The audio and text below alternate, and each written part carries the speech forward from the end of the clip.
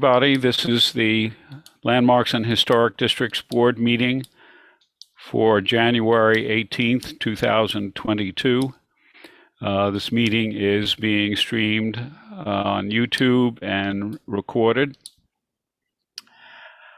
We have a number of guests either indicating by chat or perhaps otherwise later in the meeting here. And so we will order our business to take care of the guests and who are present at the meeting. But before we go further, the minutes have been distributed for the December 21st, 2021 meeting to everyone. And they have been, I think, not amended to my knowledge in any fashion. So is there a motion to approve? Moved by Vicky. I'll second. All in favor of approving the minutes of December 21st, raise their hands and say aye. Thank you all. The minutes are approved. I see that our first guests are associated with the West Hampton Beach Windmill project. And if we have Larry Jones and Maria Moore, and is there someone else who is indicated for the West Hampton Beach Windmill? They could raise their hand to be let in. People coming in. Okay.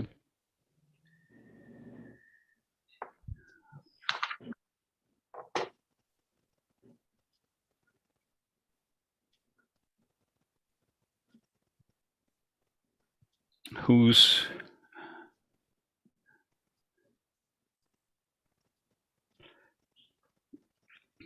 Kyle Collins? Yeah.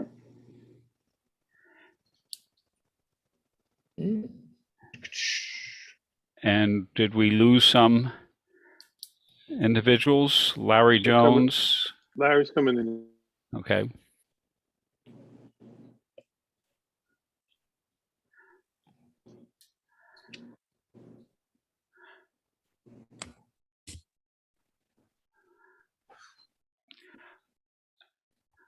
Okay, I think we probably can start the presentation about the West Hampton Beach Windmill.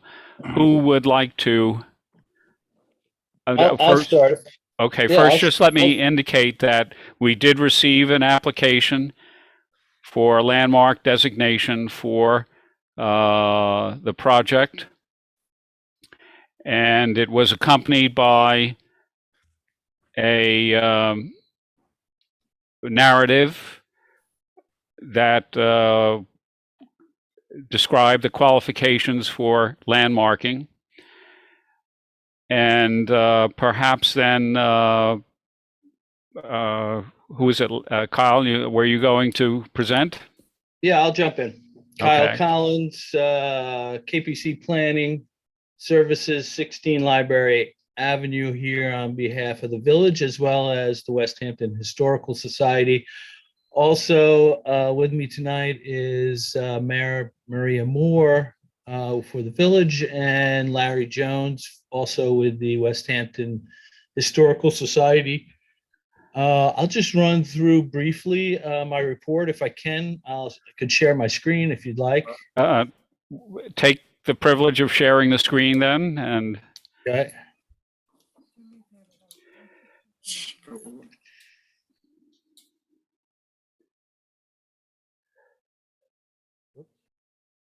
Can you see my screen? Yes. We can. Yeah, you can. For some reason I can't see you, but I'll go ahead.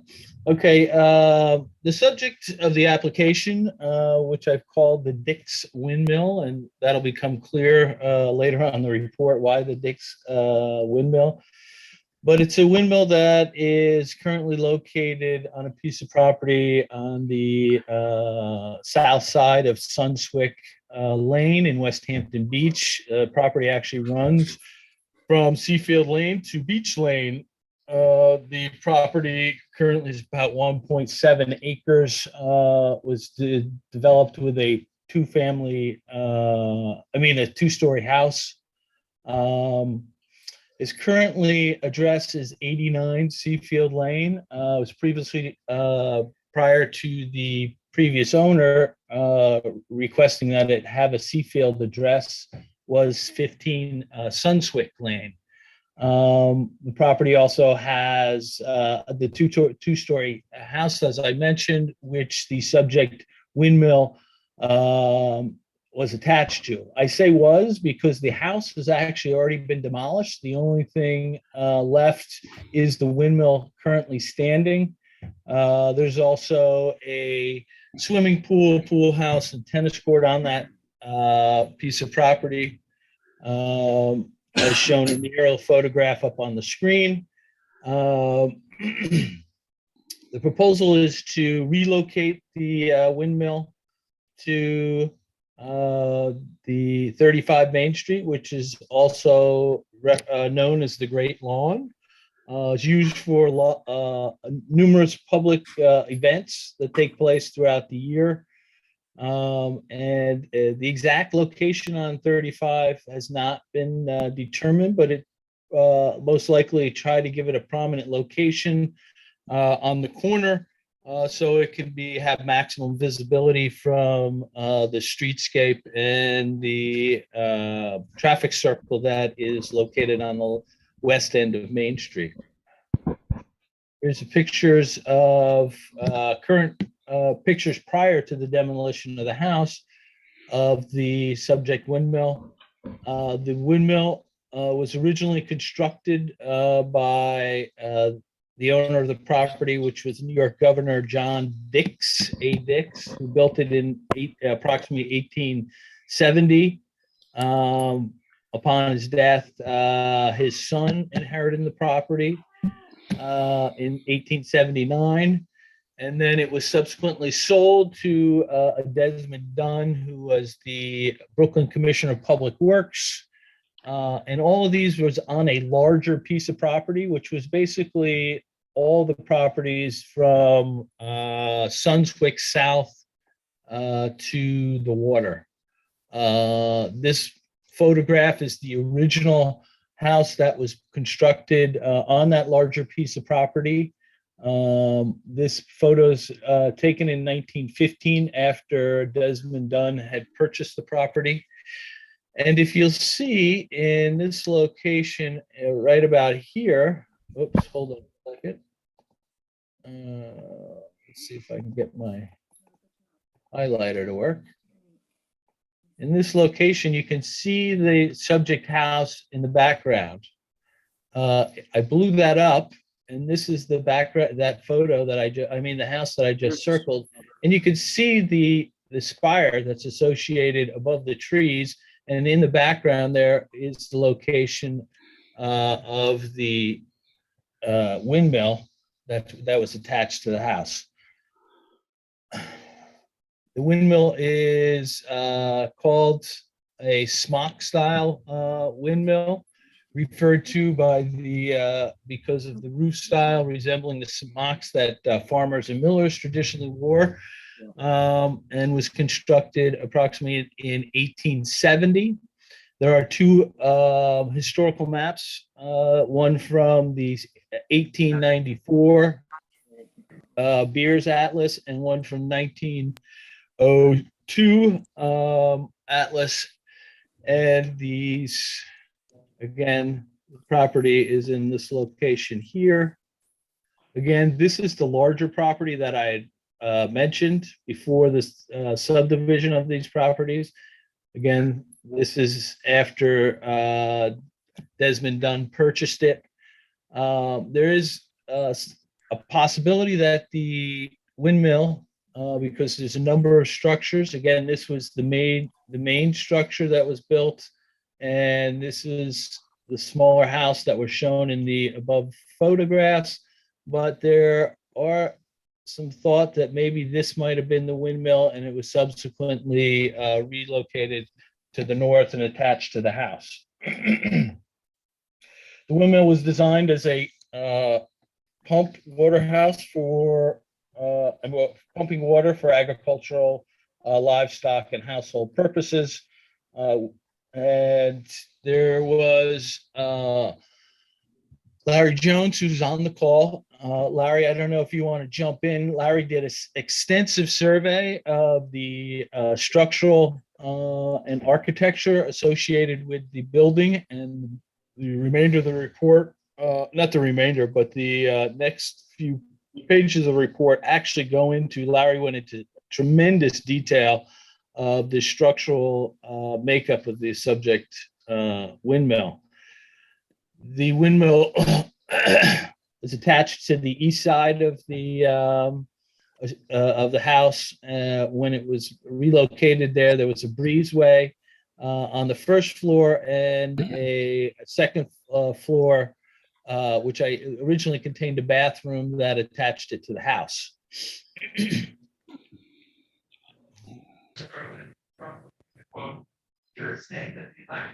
These next gets into the details that Larry went through when he surveyed the subject building, identifying what the structural makeup is of the building. As part of that, and his conversations with some neighbors who had,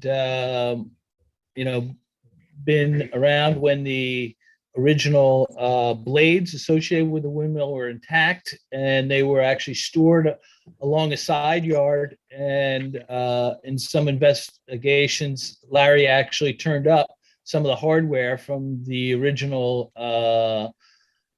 infrastructure associated with the windmill blades. Those are pictured there. These are two photographs from 1953 when the blades were being reconstructed, and there was some maintenance being done on there. You can see the large, horizontal member. Looks like a guy sitting on it. It's got to be a fairly large horizontal structure that supported those blades. And those are where the metal brackets actually held onto those blades. The windmill, the integrity, structural integrity, and strength of the windmill is demonstrated that it did go through the 1938 hurricane. The photo on the screen, the windmill is shown in the back with tremendous amount of damage was resulted from the 1938 hurricane in West Hampton Beach, and the windmill withstood that.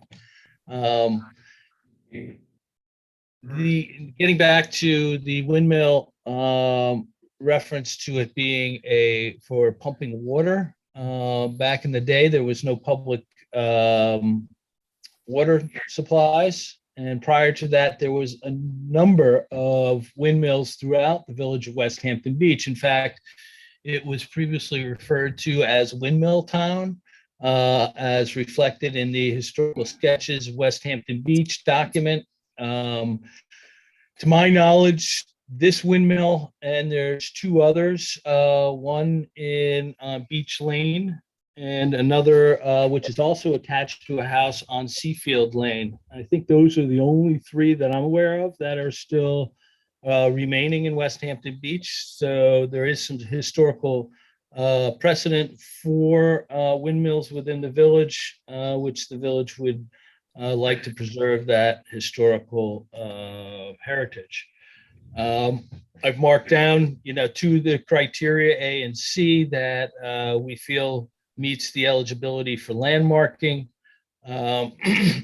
As was stated, the village is interested in obtaining some CPF funds to assist in the restoration of the Dick's windmill, which requires that the subject windmill be designated as a landmark. And therefore, we're specifically requesting at this time is to determine if it is relocated, that it would be still eligible for such designation.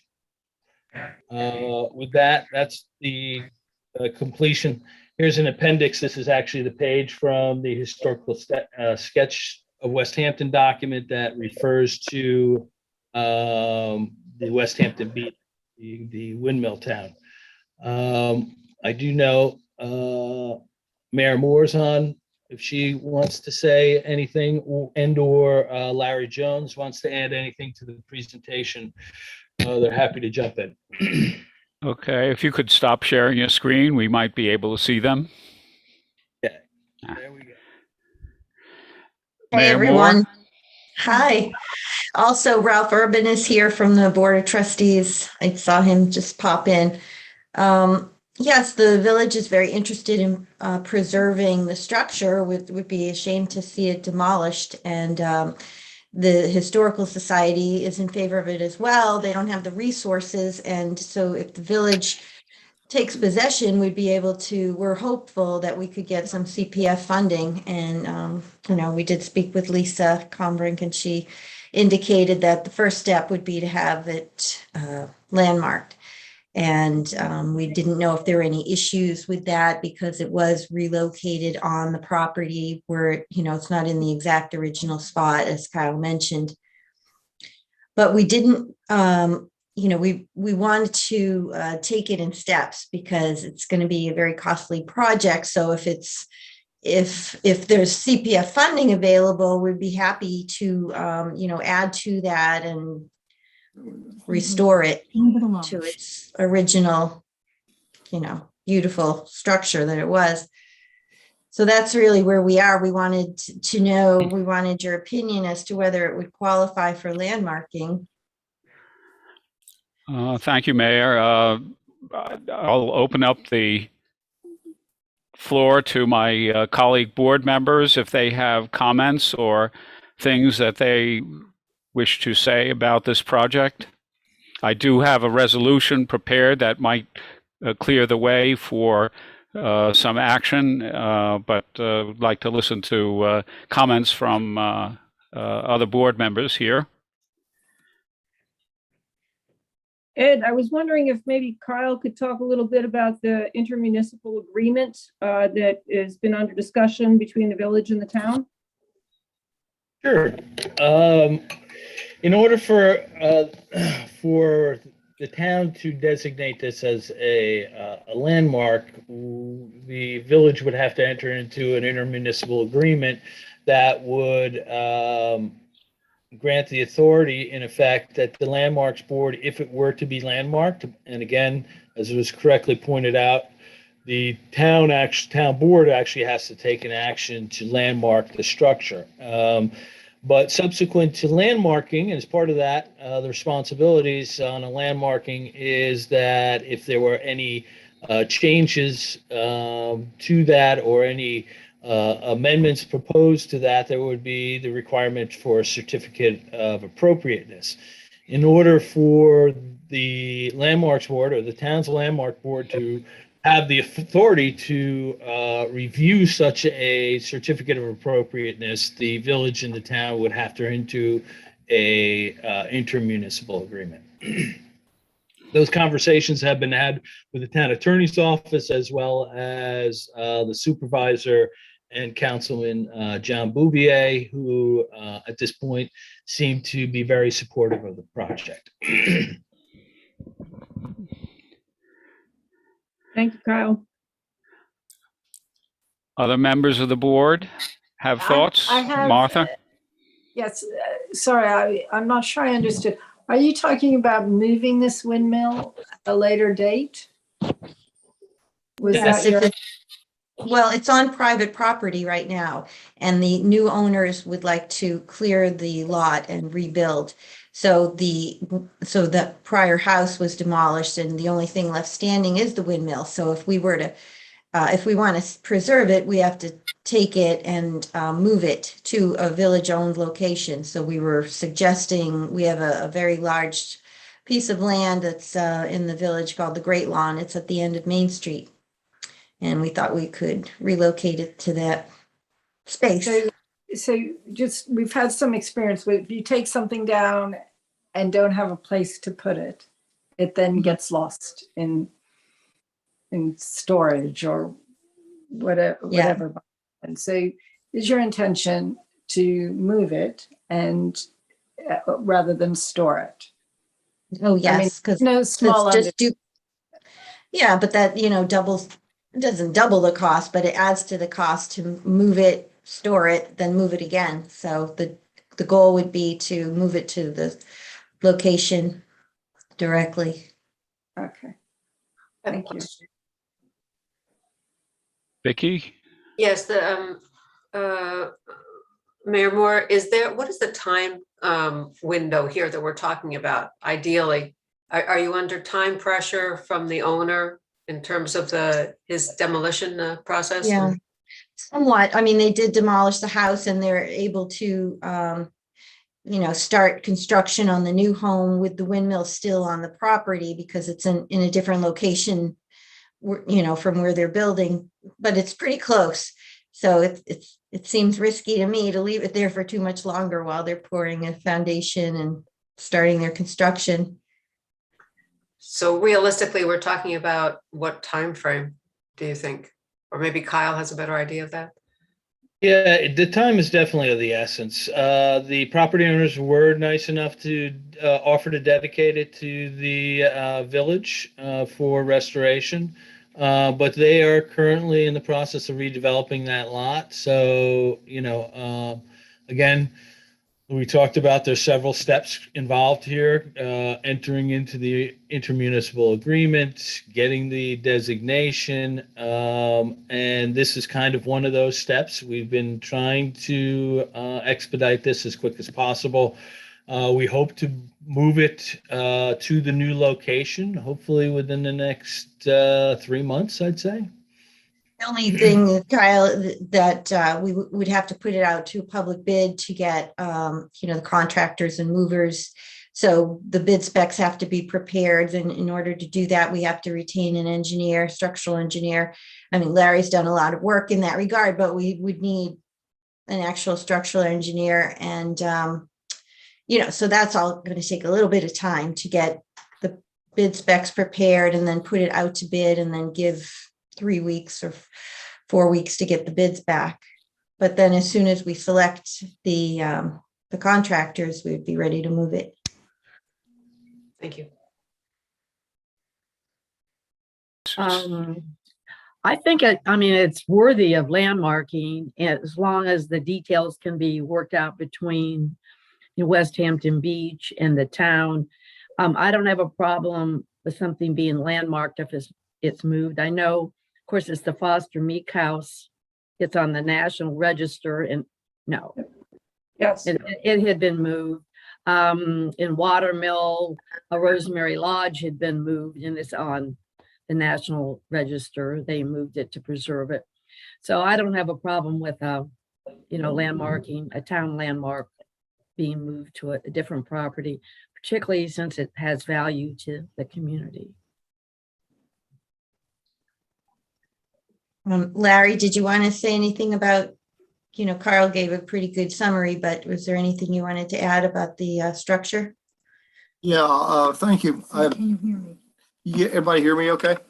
Yeah. Yeah, okay, great. Yeah, wonderful structure. It's a very stout building. It doesn't look like it ever had a roof leak in all the years it's been here. We understand that when the 38 hurricane came, it might have gotten about 12 or 14 feet of water in the bottom, but I can't find any evidence of leakage into the structure at all. It's a fairly elegant piece of architecture, mainly in the design of it, which I don't think was unusual for these water pumping windmills. It has an internal structural shaft that rests on a foundation. On the outside of that heavily braced and fortified and sheathed center core, there's a smock, if you want to use that term, that comes down that's clad with shingles. Basically, it's an exterior set of vertical rafters that come down in a bell shape to which the shingles are attached to. And it's had the very good fortune of being well maintained over the years. And we have enough information from my amateur archaeology digging up that ironwork that we know what size the axle, the gadget that holds the fan blades, is called a wind shaft. Wind shaft is this thing that's like 24 inches square and about anywhere from 15 to 18 feet long, very, very heavy. And that's what the windmill shaft turned. And so it was capable of going about 30 miles an hour on a nice breezy day. So I'm sure they pumped a great deal of water. The derrick, or the support frame inside, it's not unlike having grown up in Texas, not unlike an early oil derrick that has cross bracing extensively. And it has what are called cant posts, meaning that they're leaning, in this case, leaning inward towards the top. And so it's a very interesting structure, classic roof. It's missing its wind vane, but we know from the pictures exactly what that looked like. So if we can just get it moved, I think it'll be fairly easy to restore. It's not a huge structure. It's 19 feet across. And it's going to be a great addition to the village, because in its previous location, it was visible, but not that readily seen by the general public. So I think that's about all I've got to add, except that was a great picture you guys found to put on the cover of tonight's agenda. I don't know where that windmill is, but it's great looking. It's down on Gin Lane. Is it? Oh, great. So will the actual pump works still be inside the windmill when it's redone? Not that it will pump water, but would they be there to sort of view and see sort of educationally how it was working? Well, they're not there now, but we could, right, recreate that, Larry. Yeah, absolutely. I'm our good friends at the Bellport Historical Society. I've sort of infected them with windmill-itis, and they realize they have 2 or 3, and those have at least 2 of them. They think still have the original pump mechanism in them, and they're in terrible disrepair, but I'm hopeful to get down and research what those pumps look like.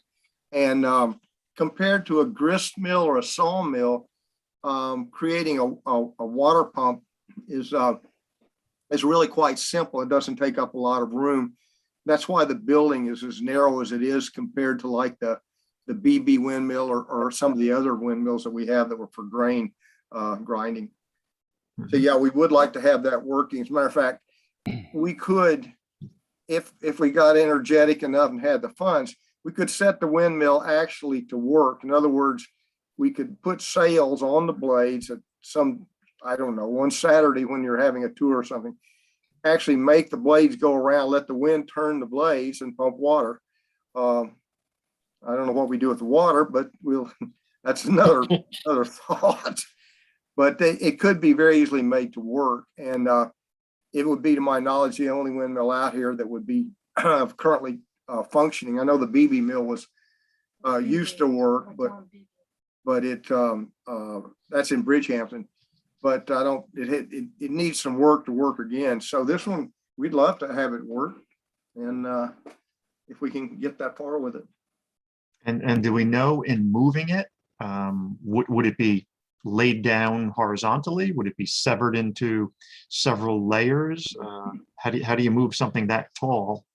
Yeah. Well, Well, our initial thoughts are that we would have to cut it into 3 or 4 sections because of the overhead wires, but we're hoping that we will have an engineer look at it. Maybe it's possible that they could lay it on its side, or maybe PSEG would deactivate the overhead lines, because of course it would be best not to have to cut it into sections, Right. but that is an option as well. Yeah, that's why God gave us really good structural engineers that have really good talents in historic preservation. That's who we want to hire.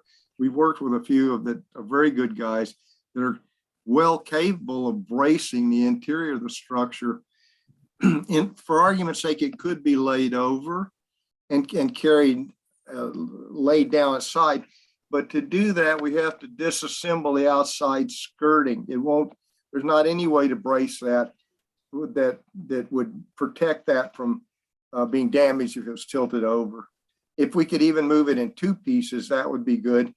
4 pieces is the least desirable last resort. The point is, though, that we've gone through the structure and we know where the connections are on multiple levels. We can cut those connections. Basically, we're cutting anchors. We're not really cutting the timbers. And that's what we would be striving to do. We lift the roof off. It can be cut free. And so we could go down through it. Okay. There may be lessons to be learned that would allow other windmills to be moved. Yeah. Well, it one, there's people are joking, well, halfway seriously said, why don't you bring a barge in, move it on a barge, which is obviously not uncommon out here for moving structures in the past. But I don't believe the barge is going to get us the windmill where it needs to go any better than going down the main street. And thanks to our mayor, we no longer have overhead wires and cables going down our main street. So it might not be too strange to see the windmill standing straight up going down Main Street. So it's very close to Main Street. Other board member comments? I have my own I would add, but if there's no other comments. Looks like Dave has a question.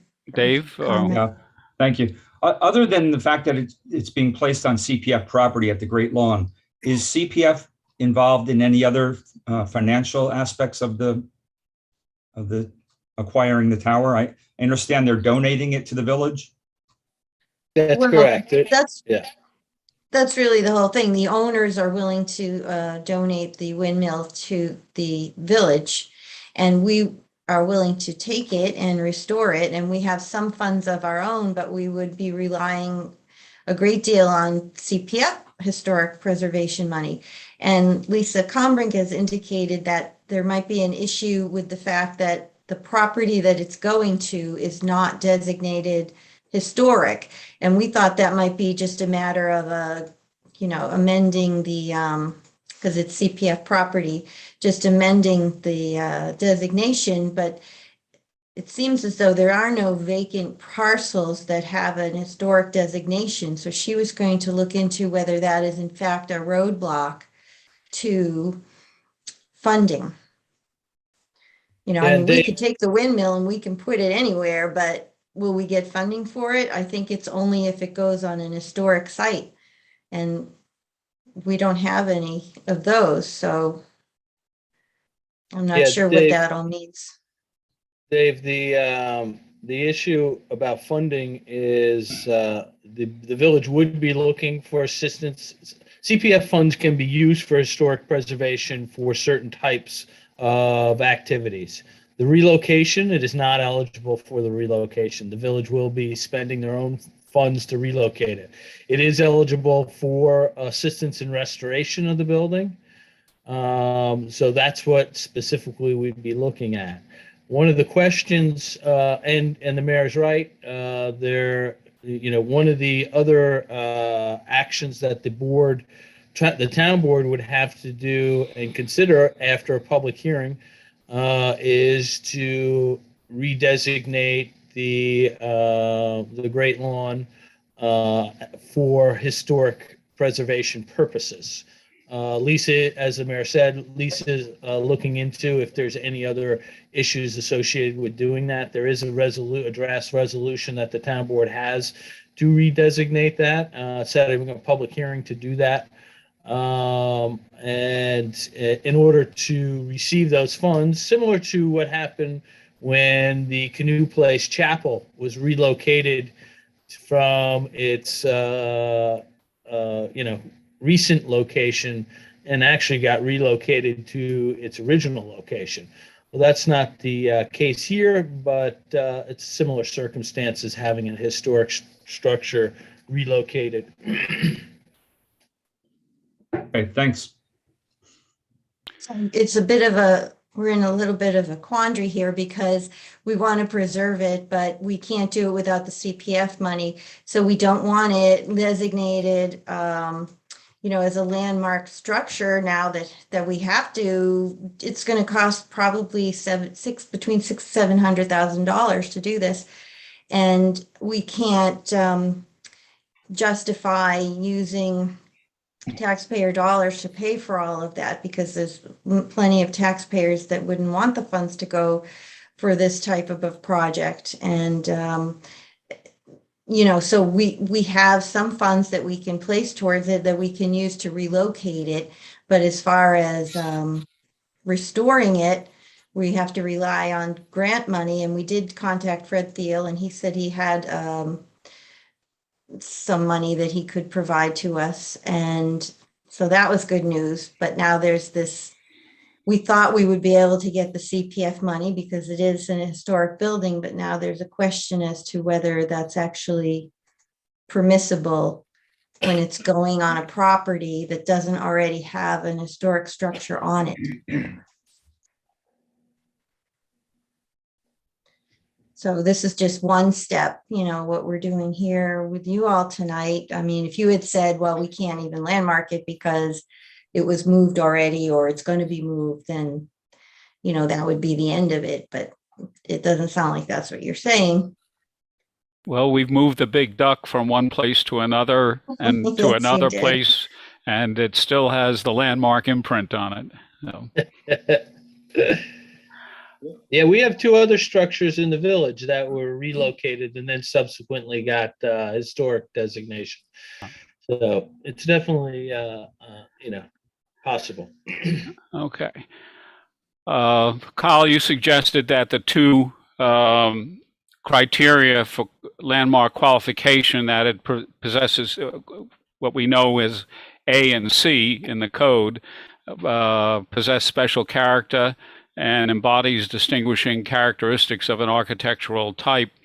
But in vetting the presentation, I also found that the identification with Governor John Adams Dix, and it's important to note that New York has had two John A. Dix as governors, and they're not related to each other. Interesting. This one is the 28th governor of the state of New York, died 1879. Just to supplement what is there, he served in the War of 1812. He was elected to the United States Senate from 1845 to 1849. That is during a time when senators were not elected by popular vote, but by the state legislature to the U.S. Congress.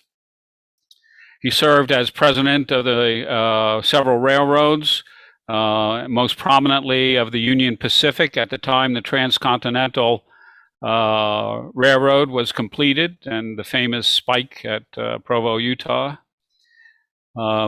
Short period of time, he was postmaster in New York City. When at the end of the term of President Buchanan, before the taking of office by Abraham Lincoln, he was made United States Secretary of Treasury.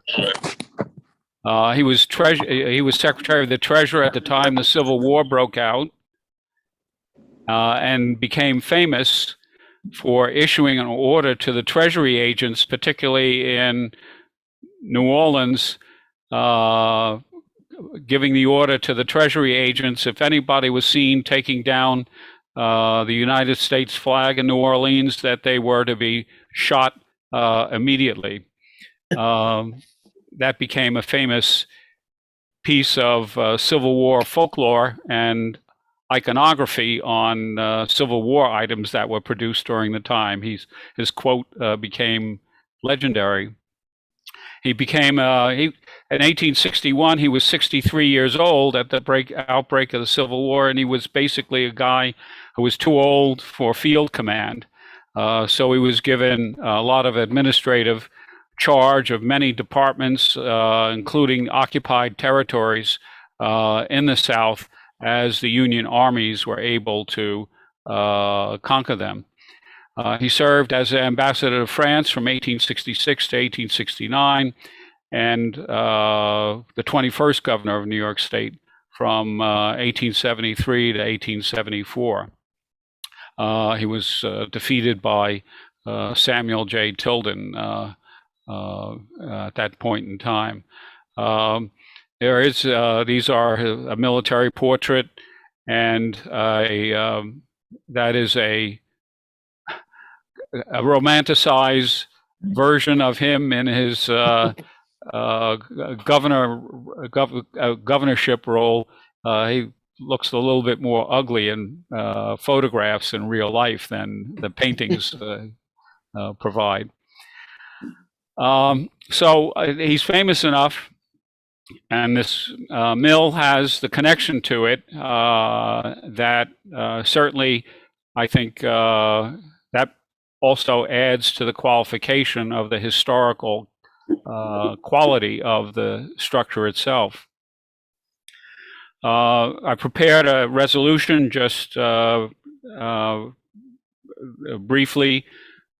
The Village of West Hampton Beach, as owner and in conjunction with the West Hampton Historical Society, provided us with the application of January 14th for the designation of the water mill. Supporting information and images describe the context, the history, the qualifying characteristics for landmark designation, and they were validated and supplemented by landmark board members. And in reviewing the application and supporting materials at this meeting, we find that it meets the criteria of possessing special character and historic and aesthetic interest, primarily by virtue of its unique application for water resource production and in connection to the resort residential economy of the town of Southampton during the late 19th century. It's identified with historic personages, John Adams Dix, who just referenced.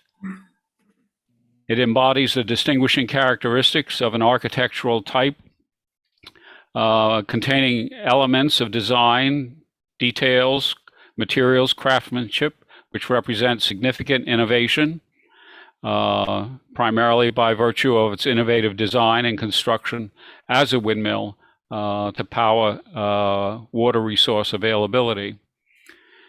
And the Landmarks Board would find that the history and presence of the windmill currently located is worthy of preservation and landmark designation to preserve its testimony to the history and life of the town of Southampton. Finds that removing the windmill to a nearby location owned by the town of Southampton, tentatively identified as 35 Main Street, through intermunicipal agreement or other actions and decisions of the Town Board of Southampton and the Village of West Hampton Beach, will not materially impair the aforementioned qualifications for landmark designation. Therefore, resolved that the Landmarks Board recommend to the Town Board the designation of the structure located at 89 Seafield Lane as a town landmark called the Governor John A. Dix Windmill, and worthy of protection and preservation under the provisions of the town code. Does that sound appropriate for our viewers? What is the next thing that would happen if you were to pass the resolution? What's the next step? Well, the next step for, if we pass the resolution, the next step would forward it to the town board, and they would have the commitment of the land and the recommendation there. Their action is discretionary, whether they on their own initiative put it on their agenda, or are you going to do a separate request I to think them? they'll probably the town board will discuss when and where on the agenda for its future meetings it would appear. And I expect that it would be part of a discussion with the Village of West Hampton Beach, but that's something that the Landmarks Board is not involved in.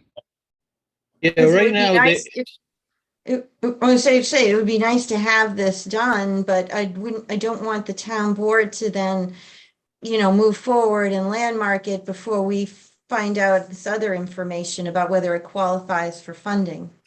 yeah, well, first of all, they can't landmark anything in the village right now because there is no intermunicipal agreement. Until the village and the town come to a meeting of the minds and that document signed, they don't have the authority to landmark anything in the village. So the village is still holds the control. But really, the next action, if the village was, amenable to enter into that municipal agreement, the town board would have to pass a resolution to schedule a public hearing to consider the landmarking of the windmill. So there's many steps, and the village still has control.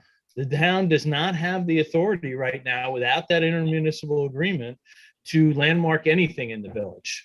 So this is really just a recommendation from the landmarks board. It's kind of nice to have, but it could go nowhere right now if there's many things that could happen between now and then before the town board were to consider landmarking the windmill. And I can tell you that sometimes landmarks business have been put off and not taken up immediately. So I think it's a matter of the consultation that will take place between the municipalities, and basically we say it meets the threshold of meeting qualifications for landmarking, and then it's up to others to take the action. Including the village. Yeah. Well, and I mean, in that case, I did have two comments about the resolution. One is that towards the end, it references that the Great Lawn is owned by the town, but back when this CPF acquired it was, and now the way they do it is they do an intermunicipal agreement, so the town owns it and the village takes care of it. But back then, when this happened, it was by deed, and the town and the village own it jointly in the deed. So just as a clarification, that should be changed.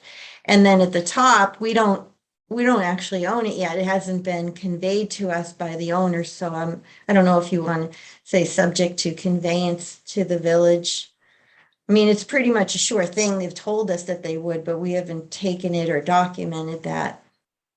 So I don't. Okay, Maria, well, the application presented it as, in effect, an act that has been accomplished, but rephrasing it as subject to conveyance as a condition, that's easily done as well. Thank you for that. And also, I believe the town board resolution would read subject to as well. Yeah. But it would be good to change our resolution also, Ed. Well, if there is no objection, it will be amended, and whereas this owner will be subject to conveyance, and indicate that, and the town of that the nearby location owned by the town of Southampton, In the village of West Hampton Beach. and the village Jointly. jointly. And Okay. if you would be more comfortable, I have that deed handy. I could email that to you if you wanted it for backup.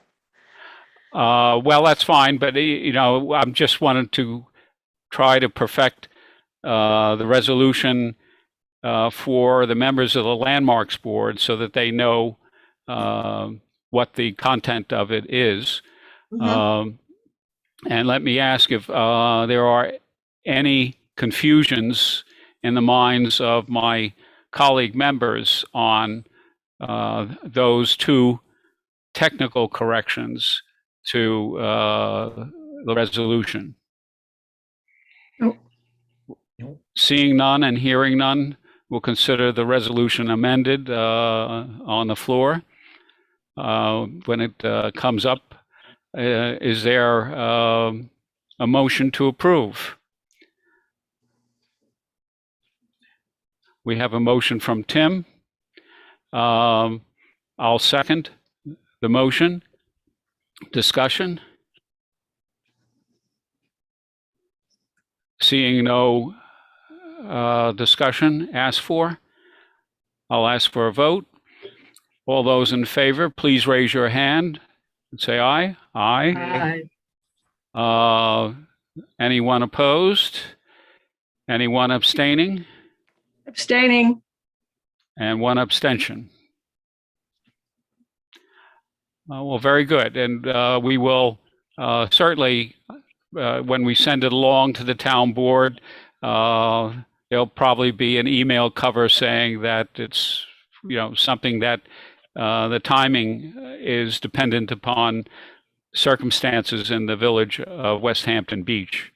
So that I'm sure they understand that already, but just for further emphasis on that fact.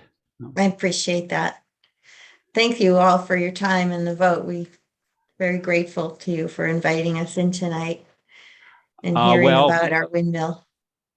It was a very professionally done presentation with the images and the narrative and even the structural engineering aspect of it that certainly impressed me. And I was, I knew something might happen, but was not fully aware of the content of the proposal until we got the report. But it was That done was very all well. Kyle and with help from Larry. So yeah, I was impressed by it too when I saw it. No. I want to thank Ralph Urban for all of his help as well. Been sort of quiet down there in the corner, Ralph. I find it's better if I'm quiet. It's more done. Thank you. Ralph has been a major mover in our redeveloped Main Street along with the mayor. So he's a real star in our village. Oh, very good. Mhm. Very good. Excellent. Thank you. Thank you Yeah. very much. And Larry, am I not mistaken, but didn't you have something to do with 248 New Light?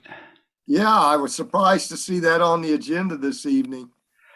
Well, it's just a report, but the public hearing for it has been held, and a resolution for official designation of 248 New Light Lane, which, was made much easier by the spectacular photographs you did for the report and the aid that you gave to the owners in producing that report.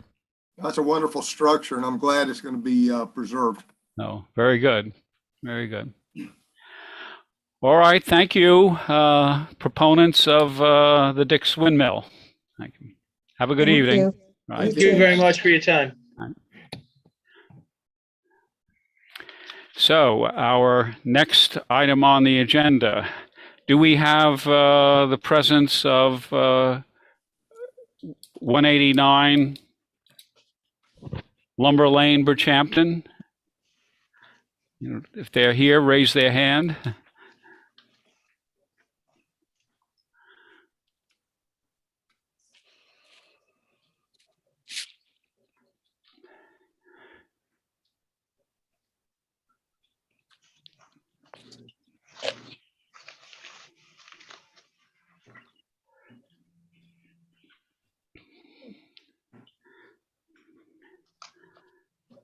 Hello.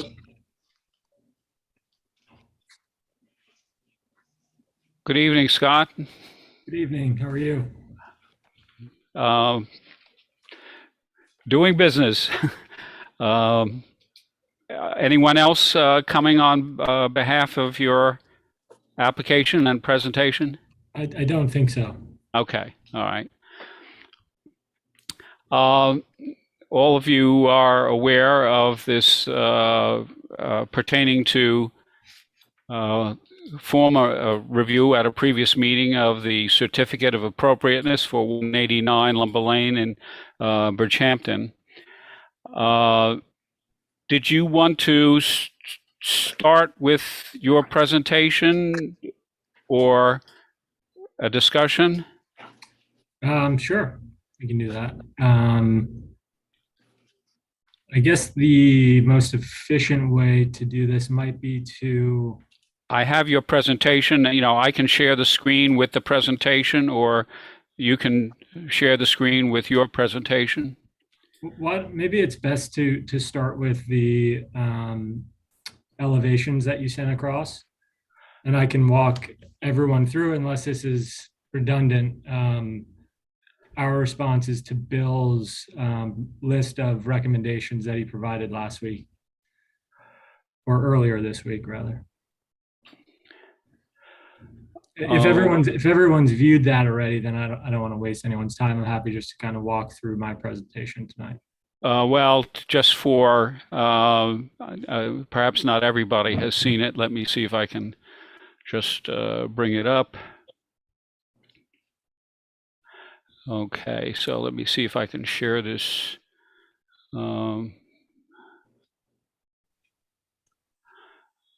screen.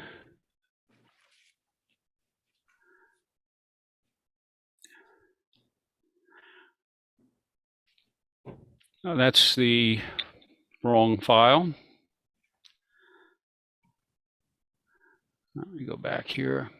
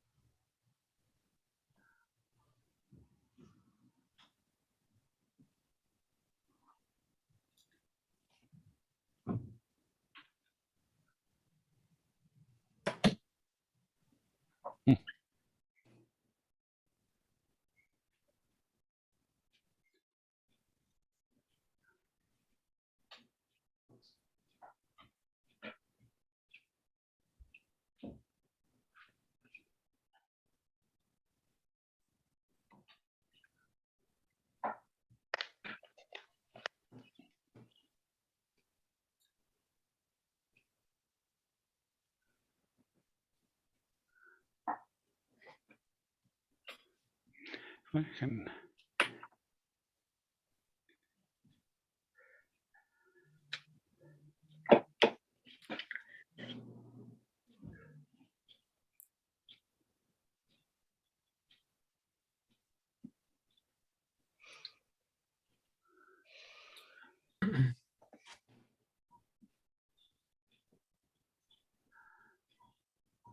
I don't know what happened to that file I sent out, unfortunately.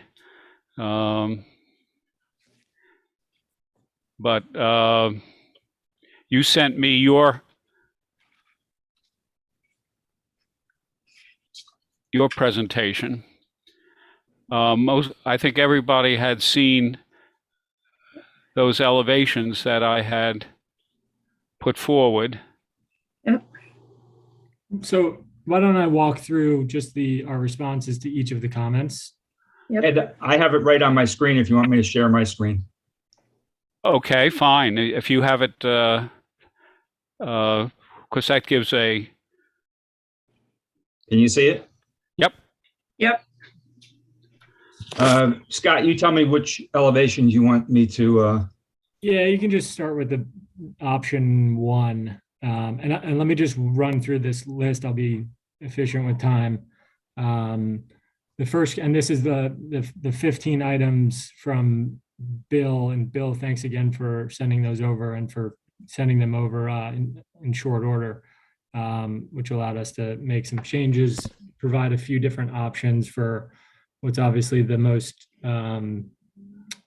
notable of discussion points for tonight. So that was number 1 on Bill's recommended list, which was the new gabled roof on the west elevation. So what we've done is prepared 3 options for review tonight. Option 1 includes the hit-back design that Bill had recommended. Option 2 retains the existing design.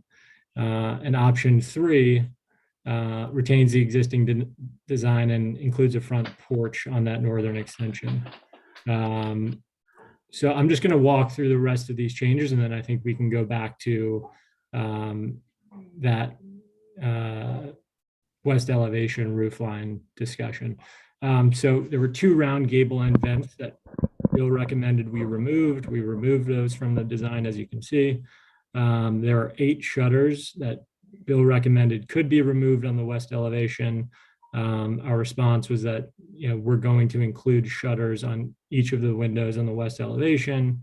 There were originally shutters on the historic volume. The shutters will be louvered shutters with bottom only tilt rod. They will be, I think more information was included on the plans. Number 4 was the south side porch post. We confirmed square and with a recessed panel detail. Number 5 was the windows having 6/6 light cuts. We provided a full window spec sheet. These show the updated window design. I think there were 2 windows on the back of the house, not viewable from the street, that were updated to be the correct windows. Number 6 was the window should have casings and sill details. We're confirming that the windows will have historic sill detail as described. Number 7 was the previously approved drawings did not show the original windows on the west elevation, i.e. the historic volume being replaced. We should review this at the January 18th meeting. Perhaps we can touch on this after we go back to the gabled roof. The windows are called out as Marvin. They're Marvin Elevate to be specific. The French door grill design was updated. I don't know if David can flip to the north elevation. I don't, Ed didn't send out the north elevation. Okay.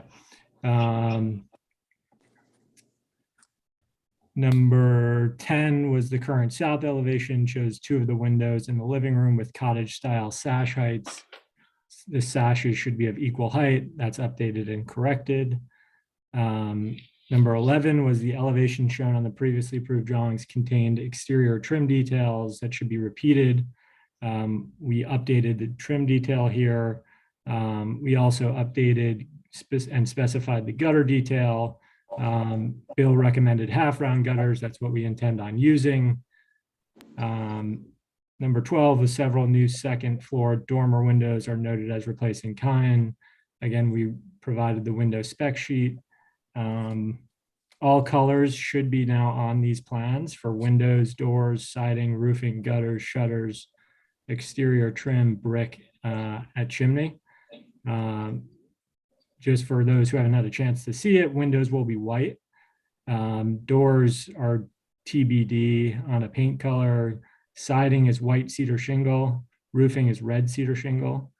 Gutters will be copper or white, undecided at the moment. Exterior trim will be white, and brick at chimney will be used red brick. Number 14 was plans for future landscaping should be discussed. We can, I think, put that at the back.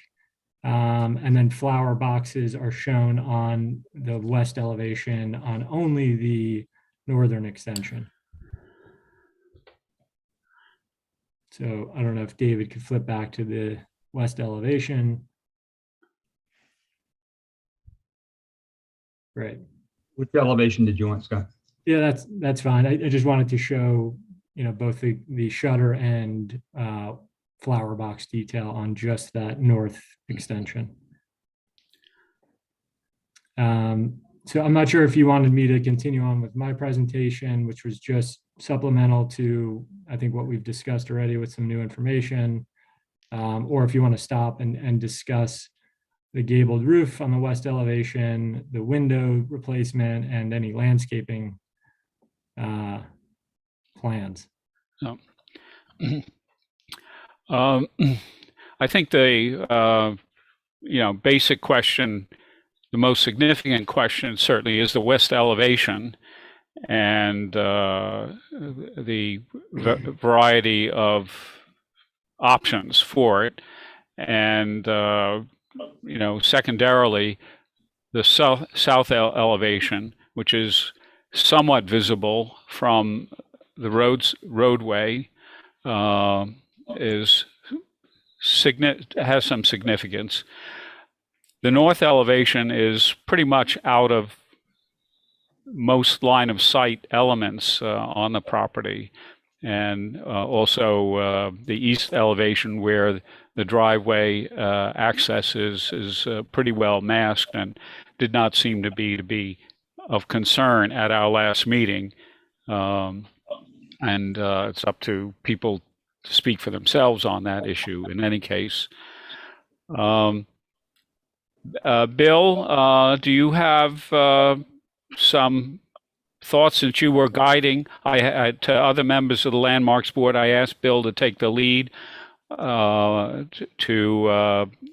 be engaged with the applicant, Scott, on these proposals. So, Bill, did you want to chime in here? Yes. Yep. I want to thank Scott for getting the drawings done so quickly and getting them to us so we could review them again. Going through the options of the west elevation, 1, 2, and 3. 1 is very much as we had suggested it. 2 is, of course, the original from your application, and 3 now has a little porch on it. I felt that the porch sort of pulled that section of the house forward visually, and sort of again made it in competition with the historic portion of it. So I still sort of stand my ground with option 1 being the choice that I would take, just hipping back that front portion. I had previously made comments about the shutters, but looking at the photos, I did notice pins for supporting the shutters on the original front facade and some of the tiebacks as well. So if replacing the shutters there, again, I have no problem then putting the shutters on the addition. The shutters and the window boxes are called out as going to be black. I was wondering what material they were both to be made out of.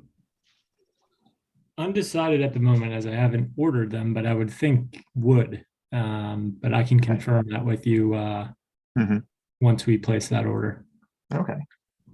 Do you have a specific recommendation? No, I was just, was wondering if you had something in mind. Definitely, wood requires more maintenance, particularly in flower boxes, things like that. They become seasonal in that you'll only probably have plants growing out of them late spring, summer, and early fall.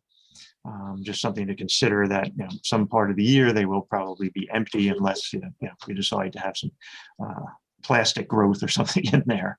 Right. But something that the original plans weren't clear on was the replacement of the windows on the west elevation of the original portion of this portion of the house. So I just wanted to make sure that the rest of the board was aware that they are also being replaced with the Marvin Elevate windows. Now, Marvin has 3 series of windows, Signature, Elevate, and Essentials. Signature was their main line for many years. It has a lot of options to it. It doesn't seem like a lot of options are required in this project. Elevate is their middle sort of line. That's what you've chosen. There's nothing odd shapes or anything in here that would require the Signature, so I'm fine with the Elevate. They were basically created to be a competition window with the Anderson window. And then Marvin's Essentials windows is an extruded vinyl window. It's really their lower end window, so I'm glad to see that you're not using that. All of these windows tend not to come with any casings on them. So you have noted that the historic sills will be added to the windows. And then I'm assuming a casing around the window to support, again, the shutters and things like that. I noticed in the specification for the windows, they were called out as SDL, simulated divided light. They're insulating glass. They are going to have the spacer bar in them. The grill patterns are rectangular, 6/6. All of the windows are white. All of the trim on the house, things like that is white. It's really just the shutters and the flower boxes that are black. The front door is existing. Was wondering if that was going to be painted a different color and if you had determined a color for the side door that's being put in. We have not determined colors yet, and we're leaning towards black for the shutters, but we're also considering a navy blue, a dark navy, and potentially a very dark forest green. So I'd ask the board if there's any objections to any of those three options. As for the doors, we just have not decided. I think potentially to match the shutters, but perhaps on the front west elevation, something different. And would the flower boxes, if the shutters say were green, would the flower boxes be green as well? I would think we would match the color of the shutters. I think I've also seen white. But again, I take your recommendations. Okay. Something that Sally Spanberg and I had looked into a while ago is that landmark structures do not have to meet the HERS. Typically, the addition would be required to meet the energy code, but the front facade of the west facade of the original mass wouldn't have to meet HERS. But again, living in the house, it's going to be far more comfortable with the insulating glass and the newer windows completely weather stripped and as such. I know that you had to rush.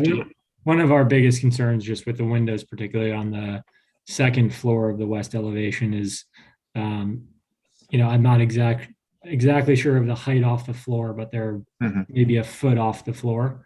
And the glass is pretty frail. The wood is, it could be replaced, but it's rotted in the sills, it's rotted in the grills. And we've got, two small kids who are probably going to occupy that room, or at least one of them. And the concern is safety primarily. Okay. You might want to consider tempered glass because they're so close to the floor and kids running around in there playing and such. Right. Not a requirement that we make. I did notice on the cross sections, I know you had to hurry to get all of this done and get it back to us. The details of trims, fascias, soffits, things like that hasn't been corrected on the cross sections. So I just want to make note that, as we approve it, we definitely want it to look like the elevations. The cross sections just need to catch up with them at some point. Understood. The siding is noted as the yellow cedar. No, white cedar. White cedar. Okay. Yeah.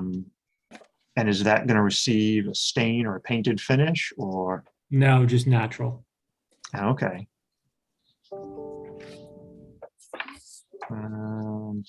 So then as we move to the side of the house, the door that was being put on the side had a crossbuck design, which sort of, to me, was more of a colonial or a barn or a farmhouse sort of style. I don't object to the door totally, but I was just wondering if there was something that would be a little more keeping with the Greek revival that could go there. Again, I don't have a lot of strong feelings about it. The gutters were called out as white or copper. Have you made a decision on which way you wanted to go with those, or? Not yet. I frankly prefer copper, but we just haven't procured the material yet. Okay, because I do know that the copper can get fairly expensive. Right. There is an aluminum product typically called Galvalume. I guess it's a sort of a galvanized looking aluminum. Right, I've seen that on that similar look. projects. Okay. Is that something that the board would not object to? Yeah, I would think that would be fine. It kind of gives you sort of the galvanized look without the cost of going to copper or truly galvanized. And I actually like it better than the white. Agreed. Okay. something else to consider, just something that I was looking at as your porch design sort of was created on the west elevation. It appeared on the site plan to get very close to your new sanitary system. So I would just be careful with that sort of a thing, because you may end up having to redesign your sanitary system and head back to the Board of Health if you're getting within 10 feet of that. And it did appear like you were getting pretty close to it. Got it. Thank you. Okay, so again, option one with the hip roof would be, my choice to go with. Otherwise, I think you've done a good job of getting everything defined and shown, the 6/6 light cuts, the removal of the round louvers. I'm very happy with it in option one. I just had one more comment, Bill. I think you had recommended some trim on particular parts of the house. And I know obviously the west elevation trim is important and certainly won't be changed or removed. The east elevation and particular places like, if someone can go to the south elevation, the corner there, I guess it doesn't show trim, but we were planning on weaving some of the corners with the shingle. Okay. Just curious to your thoughts on that. Everything, no trim would change in this elevation, with the exception of over what appears to be over the side door, and also potentially the furthest east corners that flank the chimney. Curious as to the board's opinion on that. We were of the thought that the weaved corners were a more historic look, but I could be mistaken on that. Okay, I mean, I don't have a strong opinion on that. Mainly as I was talking about the trim, the east elevation was the one that I objected to the most. Sort of had what we term a pork chop, where the trim just comes down and widens at the soffit, which to me just made the addition look like something from the 1960s or something. So I was just hoping that some more detail could be put into that. Definitely the corner boards on the west elevation and its corners, because of the trim that's on that face, is very important. As we move further back and get away from that more and more, I'm fine with weaved corners. Great, thank you. Dave, can you stop sharing, I guess? There we go. I had a question on that one, on the option one from the south side, and I'll ask, I guess, Bill. The front part, of course, is going to be hip, and the rear is a gable. Do you have any feelings on that when you look at it, that south elevation? Yeah, you'll see it. You'll see it in the south elevation because of the drawing, but I think when you're actually there, because that roof is further back than the other ridge, you're not really going to see it from that side. It's going to sort of disappear.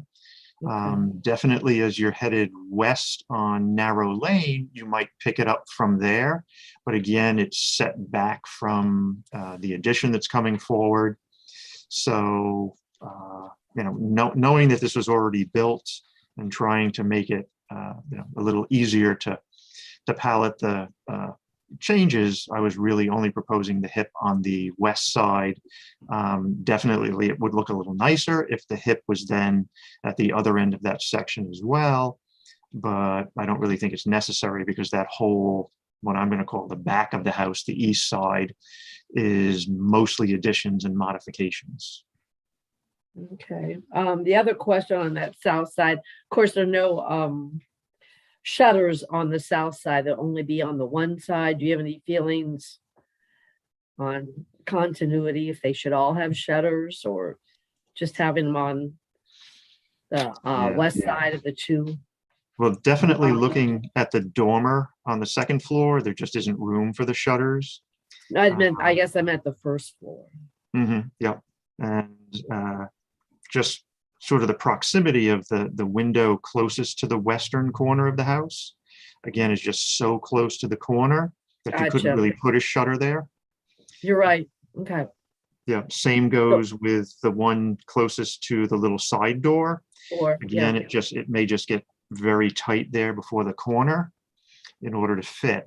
Then we've got the two pairs of windows in the addition, and I always find it sort of odd because you know that if you close those shutters, they'd never reach across the pair of windows. So I always find it odd to see shutters on Okay. double windows. I So see. yeah, I'm okay with the fact that there were no shutters on this side. Okay, thank you.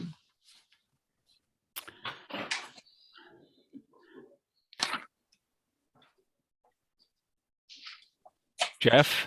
I just had a couple of comments. The porch column that I guess has been revised on the south side looks very thin and spindly compared with all the thick trim that we see elsewhere, especially on the I west promise side. it won't be. It just looks insignificant. It might other- just the be other- it might just be the rendering. I can get you the dimensions, but it certainly won't be spindly. We'll make it substantial. Okay, We took Bill's comment on the last meeting and agreed with, and I think that was our intention all along. okay. Right, as I had reviewed the drawings further and zoomed in, I did see that there was a panel in that from your previous presentation. So I was, yeah, Well, at its current width, it doesn't even look like the panel would work. Yeah. Anyway, well, do we want to discuss a dimension for that post then? And I mean, as long as it's about 8 inches, I think it's fine. It's 8 to 10 inches. Because it looks like it's like 6 or something. mhm. I mean, you know, the rails on the door are much wider than it. Anyway. Confirming it'll be 8 to 10 inches wide. Okay. On the west elevation, and maybe you guys talked about this because I wasn't here last month, but it just disturbs me that, I mean, I understand that the new part is to the north and it's taller, but the windows are smaller. And I know that's maybe because you wanted to keep the existing front of the house prominent. But it's like, it's bigger, but the windows are smaller. It doesn't seem to go well to me. I mean, I agree with the hip roof.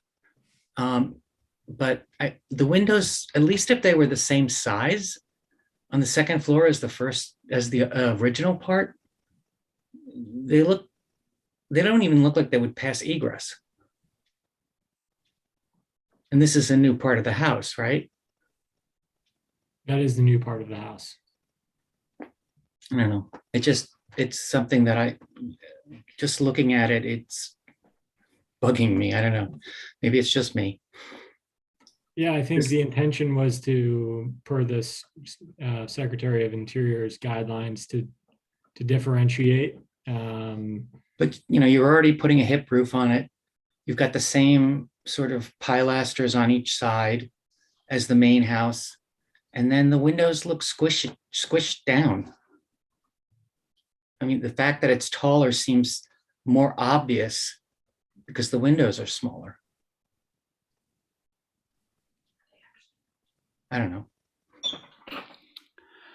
I had the same comments, Jeff. Okay. Me too. If it's making it more prominent because there's so much space in between the windows Exactly. on the extension rather than on the like the old house. Yeah, It would be better if it were busier. right. If the windows were just longer, like I said, even if they were the same height as Matching. yeah. I mean, there's enough different about it. It's pushed back, it's got a hip roof. But then all of a sudden the trim on each side of that addition is the same as on the main house. So why can't the windows be the same? I mean, I know they don't align. Well, the floor levels are different. than certainly in the main house. I mean, the old Yeah. original house. So. The second floor on the extension is those two windows are for a bathroom and a closet. I think part of the design, the primary reason why they're smaller is such that it wouldn't subordinate the historical volume. We think the addition of the flower boxes below helps elongate that view. And I agree that frankly, these renderings are pretty difficult to fully visualize what it's going to look like. I can, see. Well, actually, I put together a presentation. Maybe we can walk through with just some, my attempt at a better rendering of the actual built structure with rendered shutters, and it's just an easier view. And I think maybe I can help walk through some of these other items and our suggestion. But if you had other comments, please continue. I just, like Martha said, there's so much space between the windows on the first floor and the second floor. And even if it's into a closet, it's the front of the house. Yeah, I agree with you, Jeff. I mean, the scale is just very odd. Yeah, it just seems to go schizoid from one side of the house to the other. Yeah. I realize you don't want big windows and closets and bathrooms, but if they were just the same size as what's on the second floor of the existing house, I think it would not be so irksome.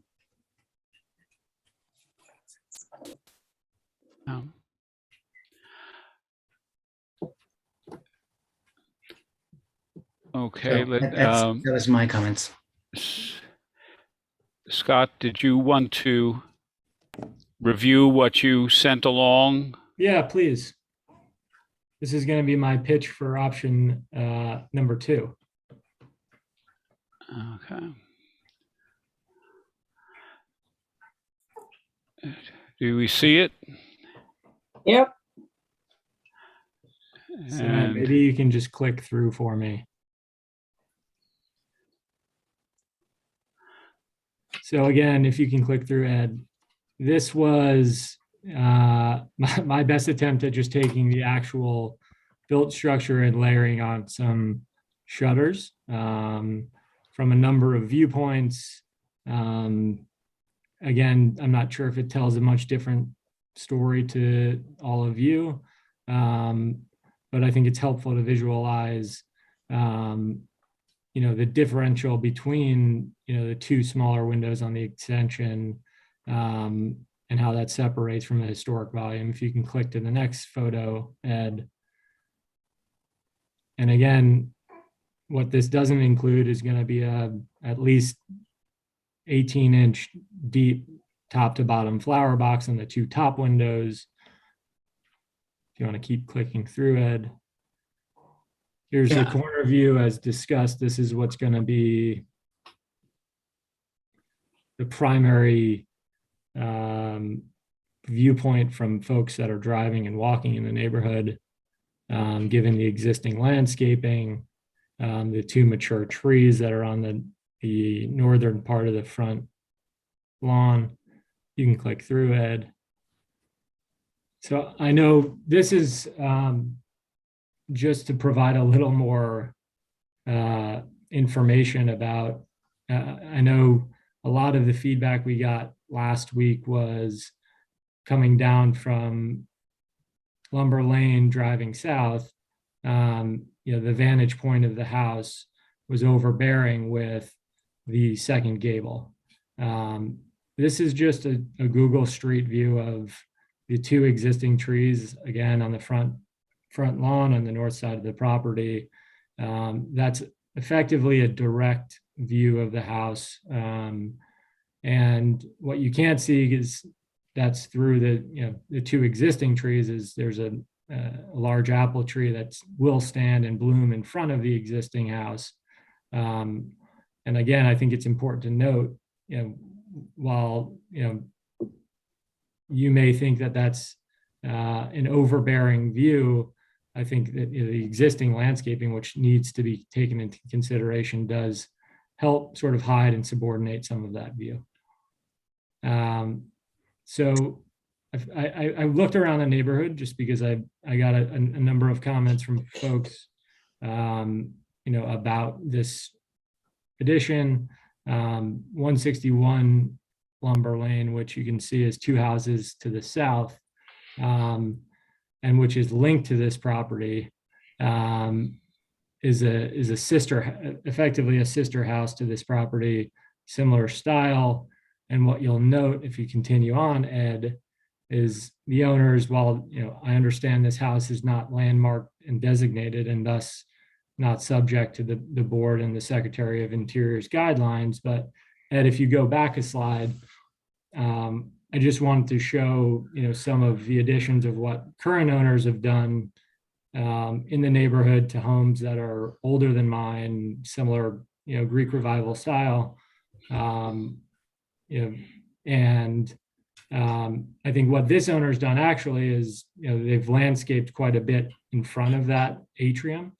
And so when you're viewing it from either driving north or south or walking north or south on Lumber Lane, it's not the first thing you see. You really digest the historical facade first. Yeah.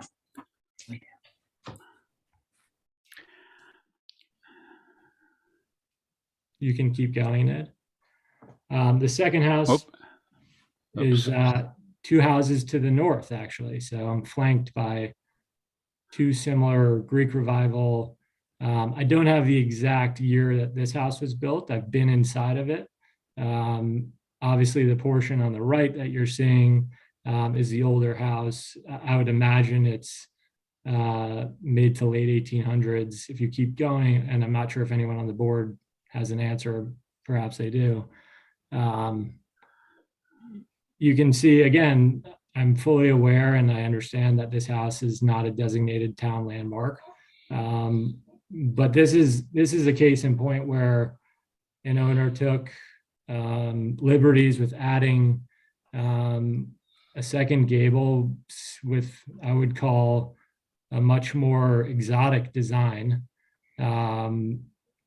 and built it flush with the older Greek Revival facade. If you want to flip one more picture, I think it gives you the best view. I would keep in mind that our northern extension is set back 6 feet, and that it's 3 feet above the existing ridge line, whereas that house was much higher.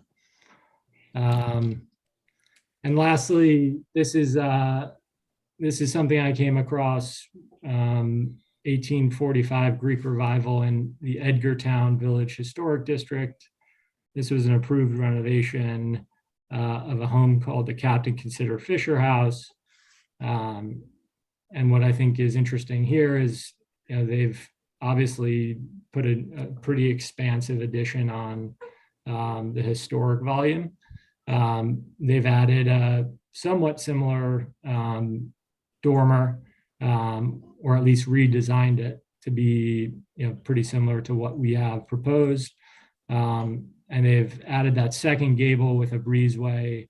And I think what's interesting is, if you were walking by, you might not even be able to pick up which of the two structures was the historic volume, which, again, I may be reading the guidelines wrong, but I'm of the view that,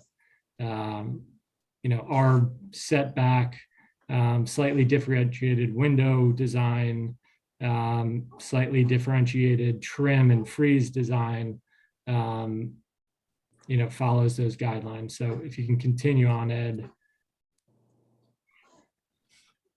Ed, you pulled these up and highlighted these, and I had looked at these in the past, but wanted to go through each of them. And I don't want to have to, take everyone's time here, but I put a check mark next to all of the particular points that I think we've met. And I put a to discuss or a not applicable next to the ones that, were either not applicable for a particular reason, or this board had highlighted as something that we, had an objection to. So I'm not sure if this is the first page, Ed. I think it is, yeah. Okay. So the first open item, and I'm happy to walk through each of these, but I'm not sure everyone here wants to do that. Ensuring that the addition is subordinate and secondary to the historic building and is compatible in massing, scale, materials, relationship of solids to voids, and color. So my response to that is, we feel that our option 2 design is subordinate and secondary in that it sits back 6 feet off of the historic volume facade. It's compatible certainly in materials. You may say the relationship of solids to voids is off based on the window design. Certainly color, material, shingle, frieze design. And the open items, I think from your perspective are, apologies, massing and scale.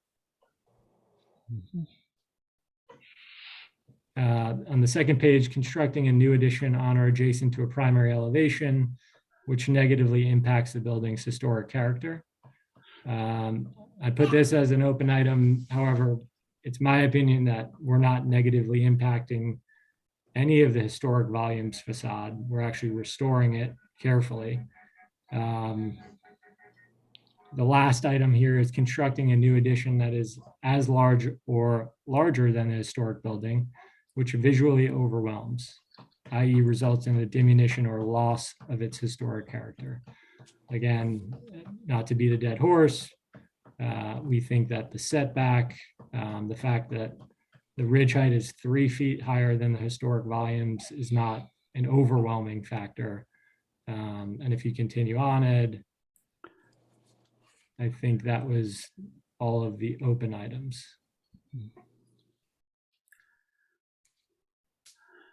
So I wanted to give my pitch and hear the board's feedback. From my perspective, from an architectural standpoint, I've done a lot of research after we've had these meetings and the Thanksgiving conversations. And I haven't really been able to find Greek Revival architecture that's adjoined to a hip style roof. And so I would argue that it's actually more inappropriate to put a hip next to a matching 7x12 pitch gable, and that the setback, paired with just the natural way the landscaping falls, is you would have more of a distraction with the hip design than you would with the existing.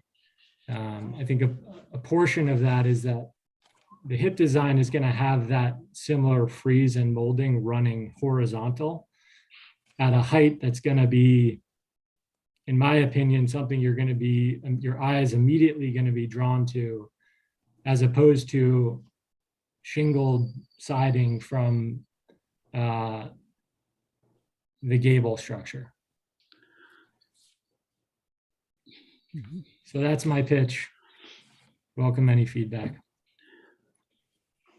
I agree with you. I know I'm contradicting myself, but I said before that I understood the hip, but I think it does not belong on a Greek Revival building. And since it's set back, it's doing what it's supposed to do. It's letting the show be in the front. Now, if I replace the 2 windows on the west facade northern elevation and put larger windows, but kept the gable roof, would that be something the board would consider if it's the void on that front facade, as sort of a change that we might be able to? Can you put the picture back up for option 2? Is that possible? Your preferred option? And you're just talking about doing the 6/6 in the larger size to match the main house and the ground floor. Sure. Yes. And losing the window boxes or keeping the window boxes? I prefer to keep them. I think they're a nice addition. And again, a differentiating factor between the addition and the historic volume. if you changed the 2 windows, I would be okay with it. Jeff, have you had a chance to drive by it all? I've been Yeah. by this house many, many times. I haven't been by since they built the No. addition. Yeah, but since the addition's been built. But there's a good point in that it's 6 feet back. It has 2 trees, actually 3 trees in front of it.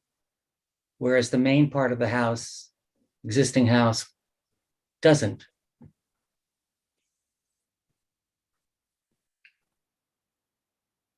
I will point out that trees don't necessarily live forever.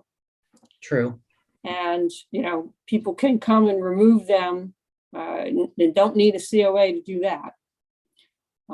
So I would be concerned about, a design that we are okay with that relies in any way upon the presence of obscuring vegetation.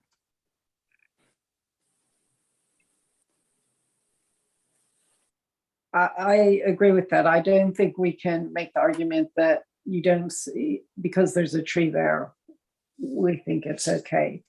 I mean, my objection to it has been the same as always. I drive by it 4 times a day, and because I live there, and I don't like the amount of space. So I would be happy if the windows were made larger. I don't like the height, but obviously I've lost that argument. And when it's all the same, I probably won't notice it as much.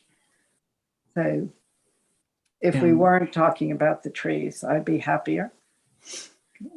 But I could live with it if we have to. I think the Windows. direction moved towards the hip roof to reduce the scale and the massing of the addition. I thought the board thought that the way it was built now, it was overpowering and overwhelming the historic volume. I'm I not think it's sure. quite That was the different reason it once it's, shifted to the hip roof. once it's detailed like the existing house, it's not going to stand out like the sore thumb it is right now. I think the less changes, the less different roofs that are going on, the better. I mean, and hip roofs usually, if No, they're but on, go ahead. Sorry, Jeffrey, you go, please. No, I just think that the hip roofs, if it's on a Greek revival house, they're very shallow. You don't really read them like again, it's difference of a drawing versus an elevation drawing versus a perspective, which we're seeing now. But I think once the sides are and the trim is detailed, like the house, and if the windows were bigger and they're both the same color, I'd be happy with that. And it isn't even, I realize, although I remember a quote, and I could be incorrect that it was Frank Lloyd Wright, but him talking about if the architect makes a mistake, what do? You put a tree there. But I understand what Stephanie's saying. The trees could get knocked down in the next snowstorm or something like that, and they can't be relied on. So when this house was landmarked, there was a 1-story addition about where this new addition has been constructed, which had a hipped roof. And when we previously approved this for the COA, the addition also had a hipped roof on it. So it seems that hips have been part of this house's history. Again, I think Jeff and Vicky both had spoken about how much wall there is there. I don't think adding 6 inches to the windows really changes that much, but definitely when you add in the volume of that gable and consider it as shingles as well. Again, I have to go back in defense of the hip roof, just being similar to the house, but not a complete mimic of it, and making that portion less massive. One of the sections that we had sort of just looked at discusses constructing a new addition on a secondary or non-character defining elevation and limiting its size and scale in relationship to the historic building. That's one of their recommendations. So again, I think hipping the roof does reduce the feeling of the size of this, the scale of it. So again, I'm in defense of that. I feel it's important to do that. Could you put the first drawing up? That's option 1 with the hip roof, isn't it?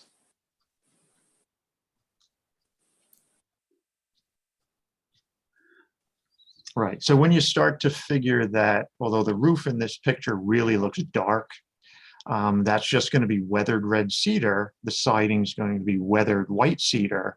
It's going to be more monolithic. It's all going to tie together. It won't be as obviously a change as this drawing sort of represents. Our thought is, and I hear the comment, our thought is that the horizontal trim is going to be more of a distraction and an eye drawer than having just the flush gabled facade with white cedar shingle. I also think you run into some issues with the interplay at the top of the column facade and that horizontal trim, and how exactly that's going to look.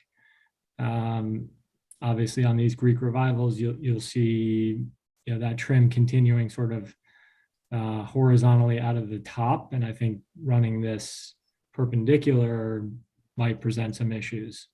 But again, our intention is, and our thought process is that we're trying to create something that is the least amount of distraction from whatever the house that everyone wants to see and view and restore. And we think that the option 2 does a better job of doing that.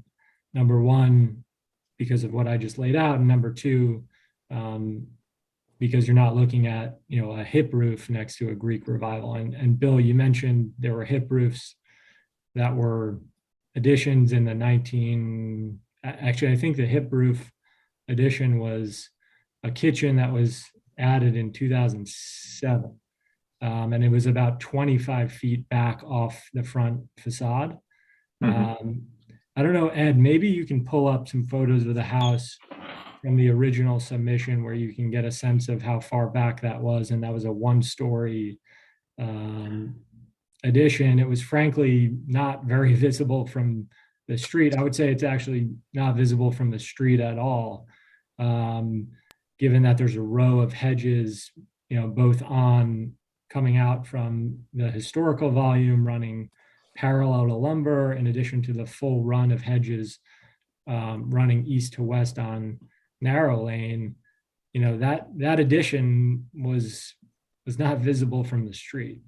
So I'm not sure how relevant, bringing in that, there you go, you can sort of see it.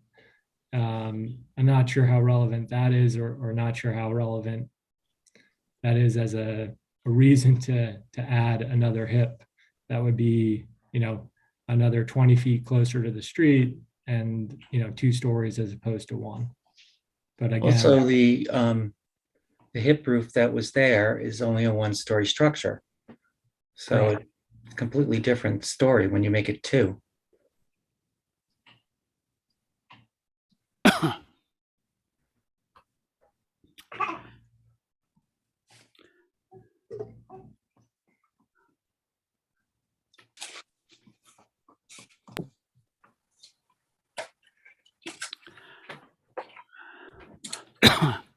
Well, let me just add my reactions to the process of visualizing and seeing the presentation. When Bill first suggested at the last meeting last week of hipping back the roof, was hard to visualize, certainly, but I saw the possibility of reducing the sense of mass coming forward on the house. And also I was aware that, standing on the street, both in front of the house and on the corner, that you tend to diminish the impact of the raised roof that is now there on the new volume compared to the elevated drawings that we've been looking at. But the suggestion that was made about how stylistically appropriate it would be to have a major appearance of the hip roof on a Greek Revival volume, I think is, to me, an important argument. And it kind of has put me in a position that I'm not sure how confident of what the best choice is. That whether the hip roof is the best choice. It's hard for me to put together all the sense of color that's associated with the roofing and the siding, as well as the question of the window sizes. But I think I am more inclined to think that keeping the gable roof as it presently is it's not a strong preference on my part, but that's probably my choice if I were to make the choice right now. So comments and reactions from fellow board members? First of all, can I say thank you to Bill and Scott for all the work that they've put into turning this around so quickly. I hope I got your name right. I don't really feel it's, if I had to make a preference, it would be to option 2, because I think the less busy, the better. And the perpendicular facade, bit of molding that's going in the front, I think is making it busy. I would like to see the windows made larger, just to fill some of that void. And then I would be okay. That's my vote. I will note that we did approve a hip roof design for the north elevation on the original COA, and it was a hip roof at the second story, much as what option number 1 is here, other than option number 1 is obviously on the west face. I personally still prefer option number 1 with hip roof on the front face. To me, it visually reduces the impact of that front face. I would like to also see the windows larger. They just look really odd to me, being smaller on the second story. The one other minor thing here, I realize that the flower boxes will help to, I think, further reduce the effect of that big flat front wall. But as a historic homeowner with window boxes, I know what it takes to maintain them seasonally, year in and year out. And so, there's a commitment if the window boxes are in there to maintaining them, because they would be included in the COA. So just make sure that commitment is there to maintain the window boxes. And the one other thing is, as far as the colors on shutters, I personally don't have a problem with the dark green. I've seen a number of older homes with that very dark green, almost a green-black color on the shutters. So I'm fine with that.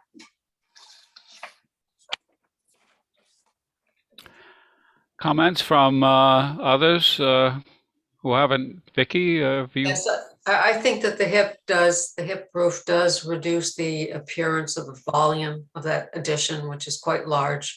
I do like the larger windows. I'm not a fan of the window boxes, not just for maintenance. I just think it draws more attention to the to the addition, and I don't think that was the intent. We don't, we want it to sort of stay in the background. So those are my comments. Su- Susan, you have thoughts? Yes. Yes, I have. I mean, I come back to that if we were ahead of this and this was prior to it being built, we wouldn't be having this discussion.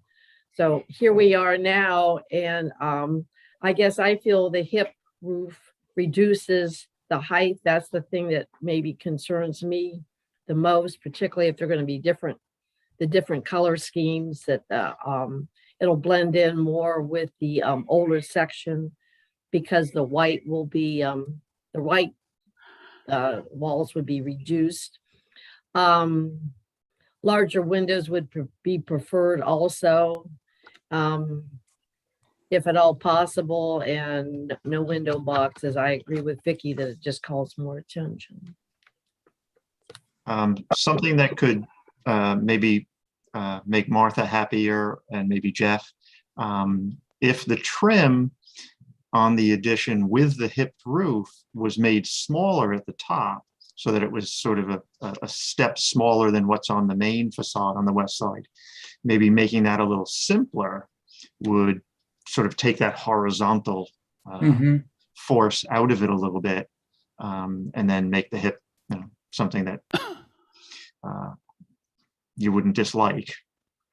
I did, just for the heck of it, put Greek Revival homes with hip roofs into Google, and there are pages and pages of primary hips as well as secondary hips on just hundreds of Greek homes.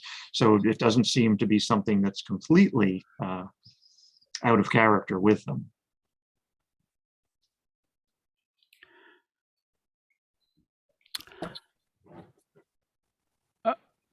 I'll go with the group, but I do want the larger windows. I think that will go a long way to diminishing the extension. Is that one consensus that I reap from the discussion tonight, is that larger windows on that new facade is a common understanding? So I think that's, that's one thing that is there. Just had one comment, Ed, on Stephanie, your note that the original plans included a second story hip roof. Just to note that was for the group, that was a front to back ridge with a hip on the north side for the 45-degree setback. So that's not a hip roof in the sense of what this is going to look like. That would have looked like a front to back ridge with a side hip. This is a much more drastic looking hip roof with, again, that horizontal molding. I take Bill's point that you could reduce it in size, but I still think the eye is going to go towards that horizontal differentiated color material, and it's going to be a further detractor to the historic volume. But again, that's my opinion.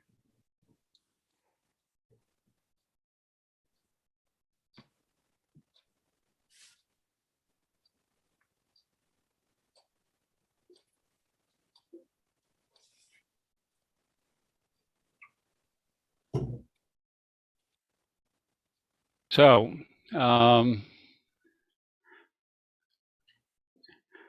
we need to make some kind of movement here in terms of the, I think the choice, the options that were provided. And let me just ask for a polling of the board members here. You saw option one, which was the hip back roof that was suggested at our last meeting.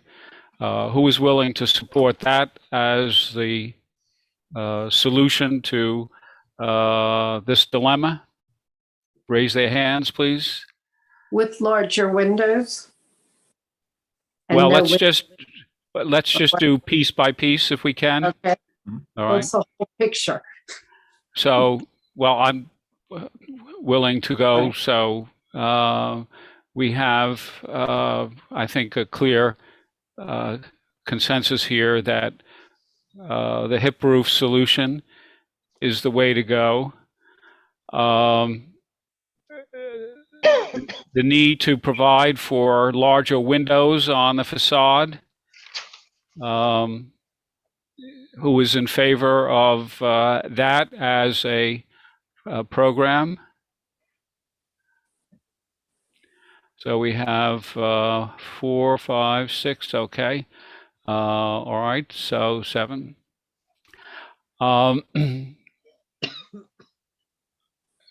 There has been considerable advice given about flower boxes being a problem for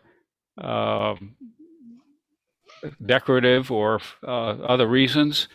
I tend to agree with that assessment that they can become a pain in the neck for upkeep as well as potentially other problems. The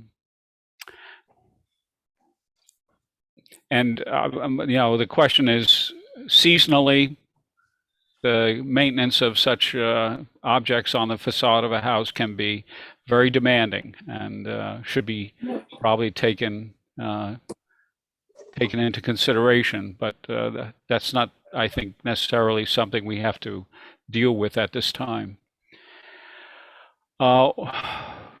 Scott, do you have anything to respond to on this matter? I appreciate everyone's feedback, and I certainly appreciate Bill's hard work putting together the list and his changes to the plans, and everyone for coordinating the meeting last week. I greatly appreciated. Our intention, obviously, from the outset was to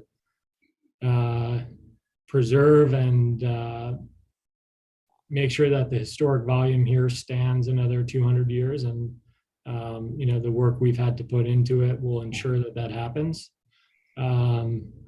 Certainly, a bit disappointed with, the outcome in terms of the roof.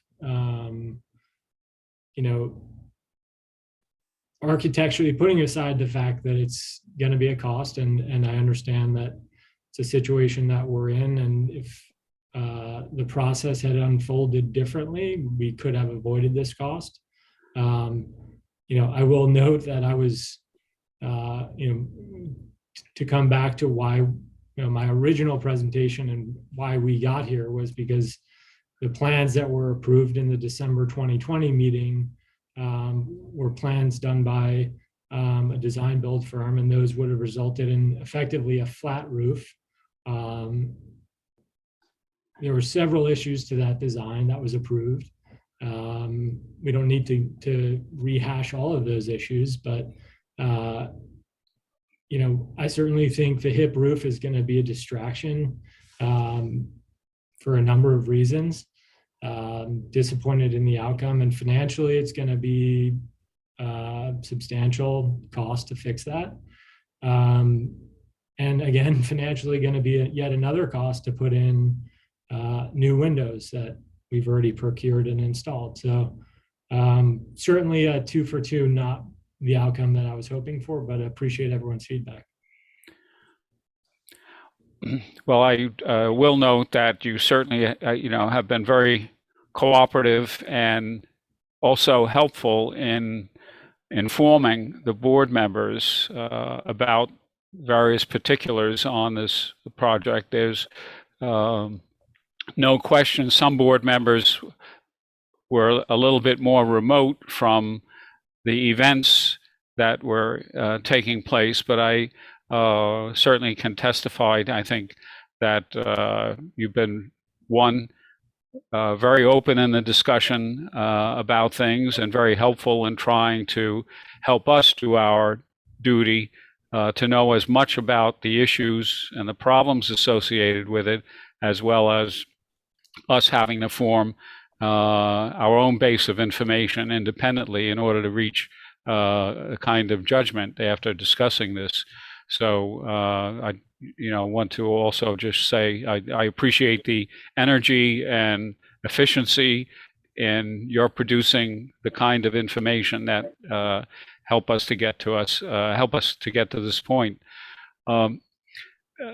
One kind of question there was in the works an interest in proceeding with some work on the building independent of this process. Is that still in the works? We received the form from Kelly Doyle. We're reviewing it. So I guess I would pose the question, what is now the process for next steps? Well, the next step is we will present a statement of modification to your certificate of appropriateness application, indicating those things that have been discussed by the board in terms of solving some of these problems. And that might take some time. I'm not sure how much, but it's something that's got to be done, and done with some care, certainly. David, did you want to say something? Yeah. Yeah, I think in order to do that, we'll need some more specific details from the applicant as to what exactly they're proposing. It seems to me there were a number of undecided factors relative to colors and things like that that came up tonight. I think we would need to have that specifically spelled out so that your COA can be very specific as to what you're approving. And obviously, we also need revised construction plans to look at.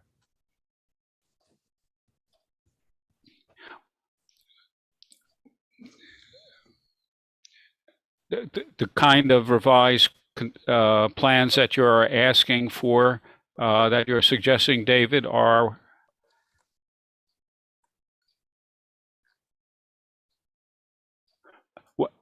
what revisions are you asking for? Just a specific formulation of the option number 1? Well, we need construction plans with the hip roof, I guess, if that's what you're indicating you would approve for a COA. But there are also some items that were discussed, trim details and colors that seem to be still up in the air from the applicant's standpoint as to what their options were. And I think we just need to have those written out so that the board knows what you're approving. You need to have a detailed list of what this building is going to look like. Does the board need specific colors on the shutters before you provide a COA? If that's important to the board, yeah. That's what I'm asking the board. My sense is that the colors that you offered, black, navy blue, and whatever version, forest green or whatever, these are quite common in terms of the colors that are associated with shutters on white houses. I don't find a particularly specific choice. I will say that the shutters on my house used to be green. They're now black on a white house. So it does not make any great difference to me, but perhaps there is something from other board members. I don't think they're proposing a white house. It is white cedar, but it will weather. Previously, Scott had said that they weren't staining or painting it. So it will weather. So gray. Yeah. Turn gray. Yeah. I think if just a multi choices were put down, it'll be, either black or, dark blue or dark green. I think that, from my perspective, would be sufficient for color choices, leaving it still open to some level of choice. As long as they're not purple. Yeah, no pink either. Yeah. Okay. So that's one solution on the color of shutters. Sheldon, Other do you have some questions about the coloring for the gutters, downspouts? Right, on the drawings, they were white or copper. So again, I would approve either one, or I had mentioned sort of the Galvalume, which is an aluminum with a galvanized look. Again, if he wants to list all three, I'd approve any one of them.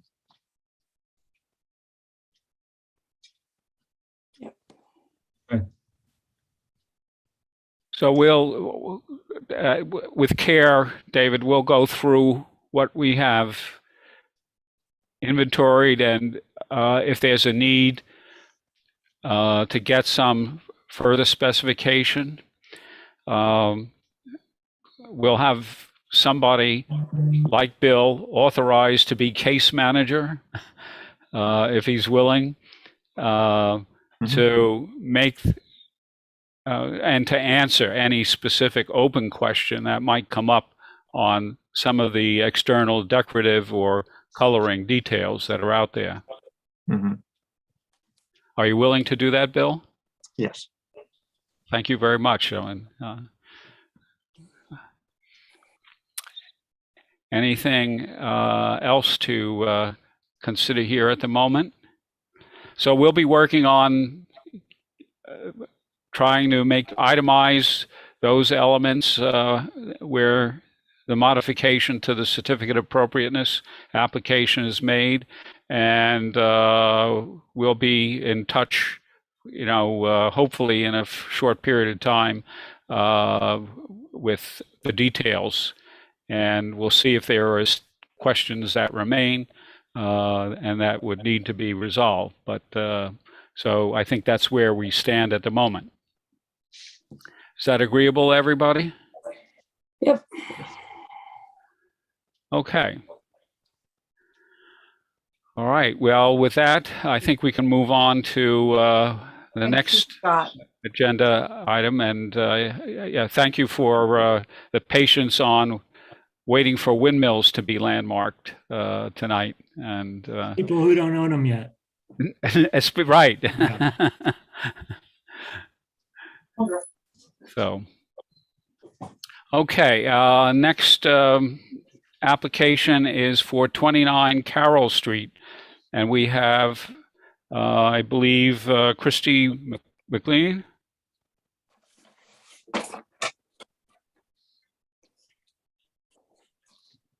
If she's still here.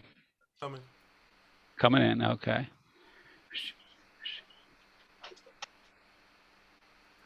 Hi, how are you? Sorry about that. Good evening. Sorry for the delay, but heavy business at this meeting.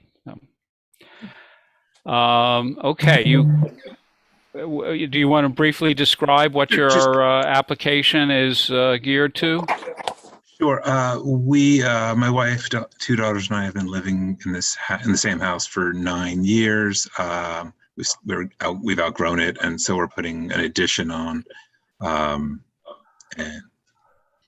it's roughly 2 bedrooms and 2 bathrooms. Okay, let's see if I get it up here.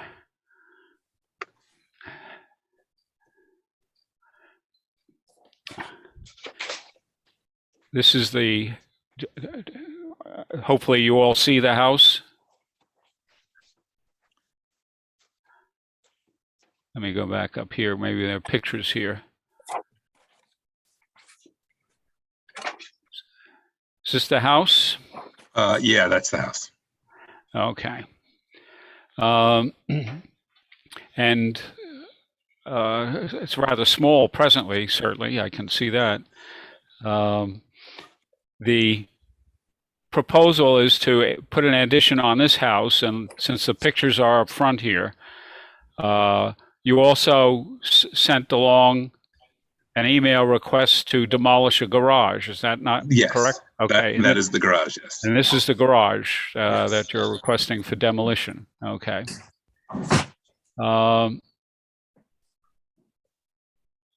The proposal for if I can find the drawings here. There we go. These are the drawings that are being proposed. This is the original house as it is now. Correct. And this is the added two-story addition that you want to undertake. Correct. I didn't get a chance to survey the neighborhood, but let me see if there is. I'd say even with the addition, it's probably still one of the smaller houses in the neighborhood. Yeah. Let me see if I can get.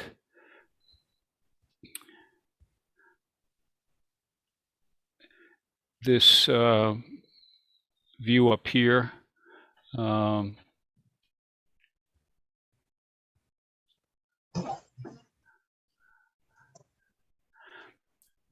This is the house located here. And putting on the addition, you can see in the neighborhood here that basically some new house or new additions have been built on parcels that have once had smaller houses. So that's not something that is dramatically different. Correct. Comments?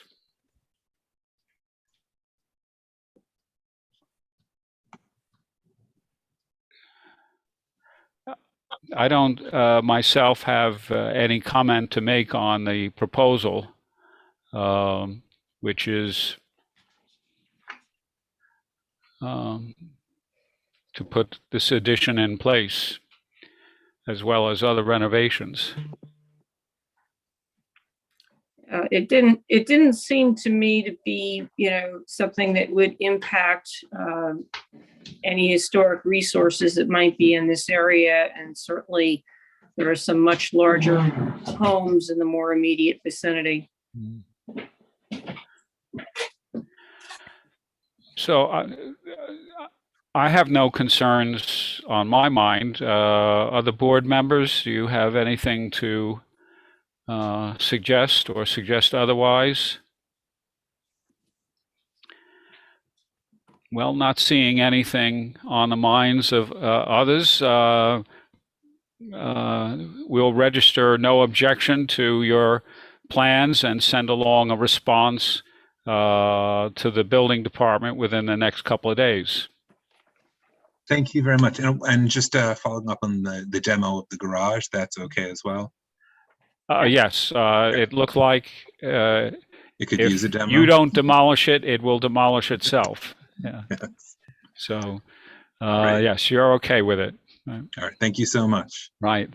Thanks. You'll Have a great you'll night, note everyone. both of those in the response then, Ed. You'll note the Yes. demolition of the garage also. I will. Yes, indeed. Yeah. Okay. Do we have any others who might be waiting in the waiting room?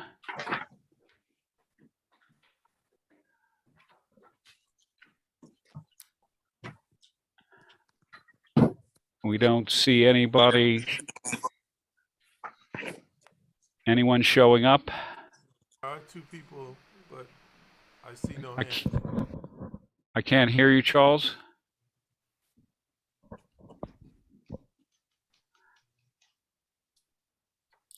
Anyone else?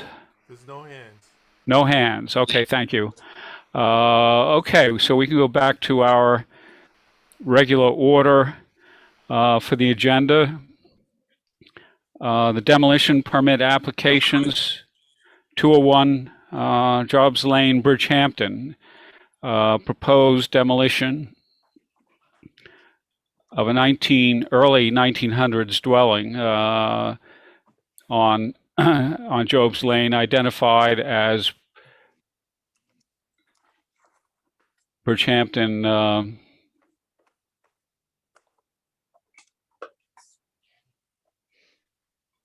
AKR Bridgehampton 47. Let me see if I can get this up for you. Okay. My question is, as we go through it, is this application complete if there are no elevations, There are no exterior photos of all sides of both the buildings, and there are no interior photos. Those are all missing. Oh, thank you for that inquiry. There are no interior photos for the application, and given that it's a total demolition, I think it's important to ask for those, especially for trying to reference the kind of building characteristics that are associated with a historic period in the community. And myself, I would consider it incomplete as an application until we get those photos. I did take an opportunity to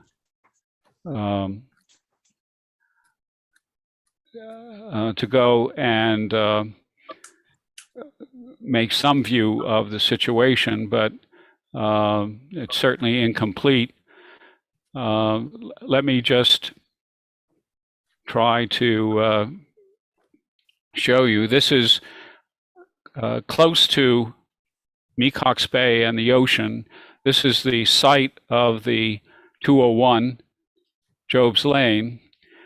This area, as you can see, has some agricultural land still active in the year 2022, but this was all agricultural land up until the 1960s, and as you can see, it's gradually been subdivided for people that have homes close to the ocean, close to waterside views, and it turns out that this is an original farmhouse that was in place from about 1924 or so. This land was owned by the Downs family. Nicholas Downs was a veterinarian in the 19th century, eventually went insane, and in a series of family scandals, etc., his land eventually passed to a son who died in 1921. Afterwards, the tracking of the property ownership until recent times is obscure, but it currently is in the hands of one John Bell, who presently lives in Florida. The land probably was used for agricultural, and the barns on the property were used for agricultural purposes. This is a oblique shot that you can see. This is the house. There are two barns. One barn basically is built about 1940. This 1940, and this barn is about 1950. And you find that validated by aerial imagery of the site. And David, there is a point here that the application for demolition is labeled commercial demolition, which is the same category that was used to describe the barn at 251 Butter Lane. And I'm wondering if this is some kind of new conceptualization that is working in the building department with respect to treating applications on what could be potentially historic buildings in the form of historic barns. I think they're just making a distinction between commercial and residential, and I'm sure they count barns as commercial, but they're also demolishing the house, so I don't know why they classified it as commercial. It should maybe be both, just so that the record is clear that there is some residential demo going on here. Yeah, I would point out that already the work is being done on the property. These trees have been cut down completely. and in some respects, the attempt to preserve existing trees on the landscape certainly gets short shrift when it comes to the demolition of particular buildings on a property. All the shrubbery is gone as well. This is the house, the picture I took yesterday of the 201 at Job's Lane. Kind of a classic looking 4-square structure. And the barns in back are basically been left in pretty poor shape there. So that's as much as I have, but I would say that unless there's objection, that we deem the application incomplete and refer it, carry it over until our February 15th meeting on the presumption we'll get the interior photos by then. And also the exterior of the one barn and the main house, all sides, they used the photos that were already in the town tax, just one photo here, one there. And also they had no elevations. They had some type of a model of a 3D image of a house, but no elevations. Well, the new house is not something that particularly, there's a lot of new houses in this neighborhood, and some of them are very contemporary styled. I guess I just saw that David requested elevations from another, one of the other ones that we just received, said we have, no elevations were shown. So I just point that out, that usually if they include anything about the new house, then it seems like we should have the elevations. If they don't present anything, then. This is kind of not our jurisdiction, though, of, the new architecture, only if it was impacting a potential historic neighborhood or historic environment of other resources. But that doesn't seem to be the case in this particular neighborhood. This house is probably the oldest surviving house in the in that whole neighborhood. I guess then it's important to document it then. My request for the elevations on that project today was only in the context of it being an addition. If that house were being demolished, I wouldn't be asking for elevations or a new structure. Okay, thank you. So we'll ask for the kind of complete image documentation that is important, both for the barns and for the house itself. Okay, we can pass on to 2297 Montauk Highway, which is another Bridgehampton demolition proposal. And it also came with no exterior photos and no interior photos. So to me, my estimation is incomplete. Thank you for pointing that out. And I think that basically, we'll ask for the same things and consider it incomplete.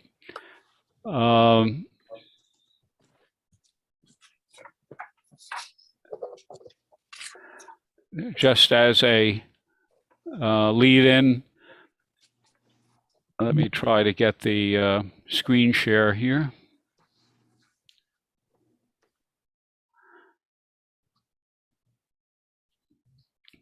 Okay, the proposal is to demolish a 1909 house. Actually, stands on Main Street in Bridgehampton.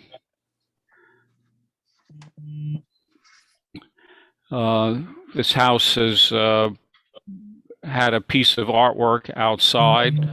It's a house that was built by a fairly significant person in Southampton town history.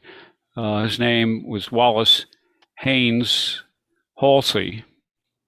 And not to confuse you further, but he was born in the house on 248 New Light Lane that we've nominated as a landmark. But he left, after building this house in 1909, maybe he was there 10 years. He moved to Southampton and was kind of a chief. He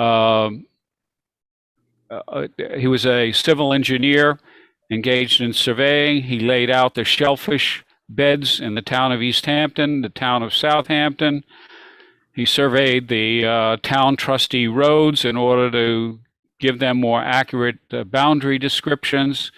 He was very active, and he had his office in Town Hall, of all places, even while practicing privately as a civil engineer. He worked for Carl Fisher in laying out various subdivisions in Montauk during the 1920s, and had other prominent building activities. So this is basically the house. The proposal is to basically put a larger volume office building on this site, with some hint that the site itself in back would have some affordable housing units. Somebody had contacted me who has some familiarity with the house and said, well, there are already 2 affordable housing units in the house, and would be greatly disappointed if that was being used as a cover to demolish the house and to put up an office building. Next to the house is another office building. You can see the parking lot area over here. There are several office buildings being built side by side. One exists, is already that of the Farrell Construction Company. To the east, he's building a second office building, and a third large facility is tentatively scheduled to be built sometime by the fire department of Bridgehampton, adjacent to that site as well. This is the so-called conceptual plan that was included in the application. This would be the office complex, and on the back, this is a 1.5-story nondescript building or structure being proposed.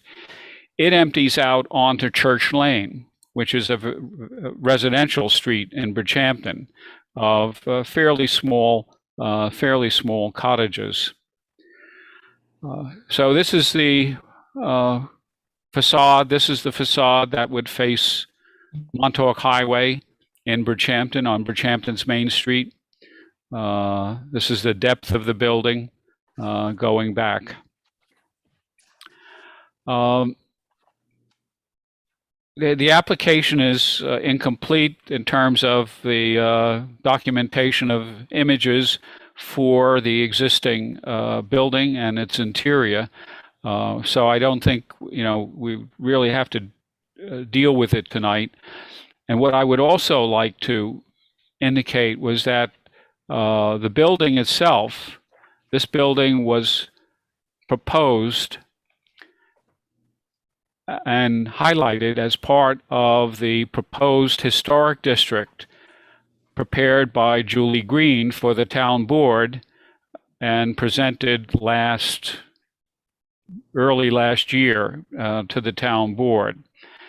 So I would like also to have her input at the next meeting about this proposal and what it might mean for the formation of the historic district or a change in the character of the landscape that exists for the development of a historic district in Bridgehampton.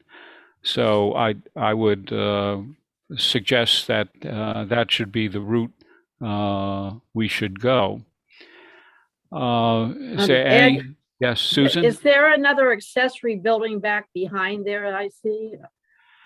There was on the plans, yes, a very small one. Okay. Yeah. They may want to photograph that also, just. We can ask and be more specific about that when Janet sends along the request to the ownership. Is there further thoughts or ideas about that? Okay. Okay, we can then move on. And demolition at the bottom of the list, 8 Nickerson Lane, Remsenburg. And this, we have Bill and Stephanie did send out a report. Mm-hmm. And let me first see if I can get the, let's see, the report here. I got 8 Nickerson. Oh, there it is. Okay, whoops.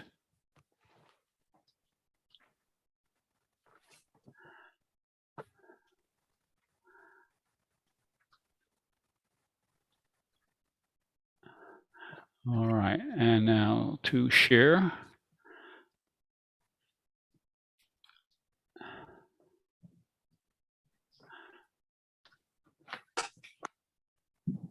Actually, I should have let Bill do this because he did it the last time.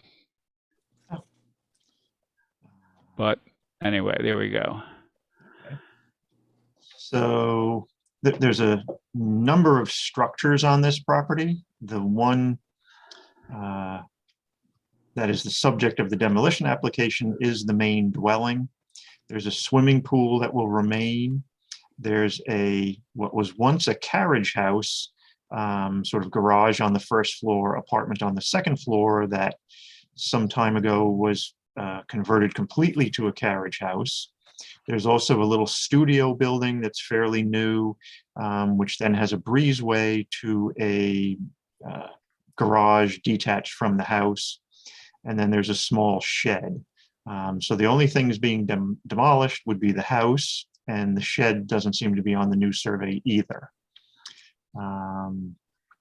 Built most likely as a summer house. There is a pipeless heater or ductless heater in the base, in the round cellar. Used to be hooked up to the floor. There you go. You can see where the grill was. That was it for the house. That was the source of heat. It would come directly up through the floor. That furnace has been disconnected from the floor, the hole covered up. There was an even smaller hole on the second floor where, there you go, where a little bit of the heat would have passed through to one room on the second floor. So definitely not meant for winter use. There is no other system of heat or air conditioning in the house.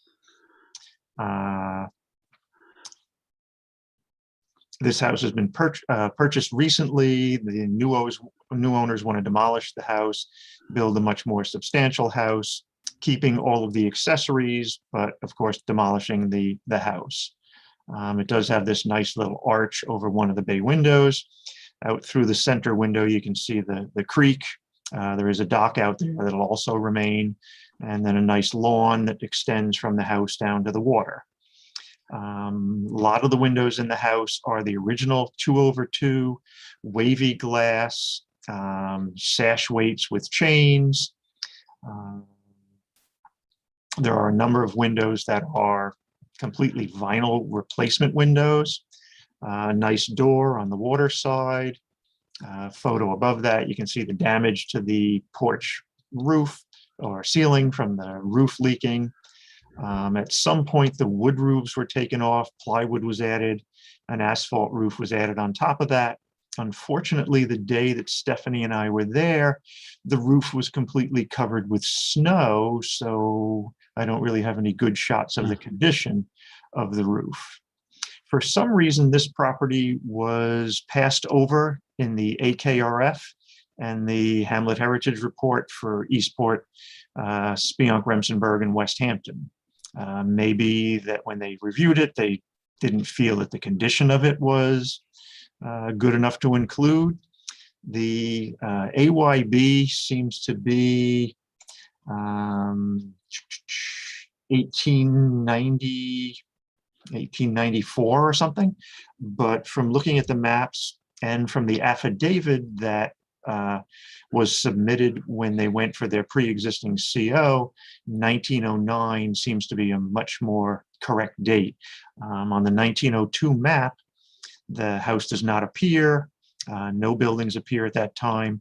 On the 1916 map, the house and the carriage house both appear at that time. So the affidavit stating 1909 does seem to make a lot of sense. Interesting, on the second floor, there were 3 different hardwares on the doors.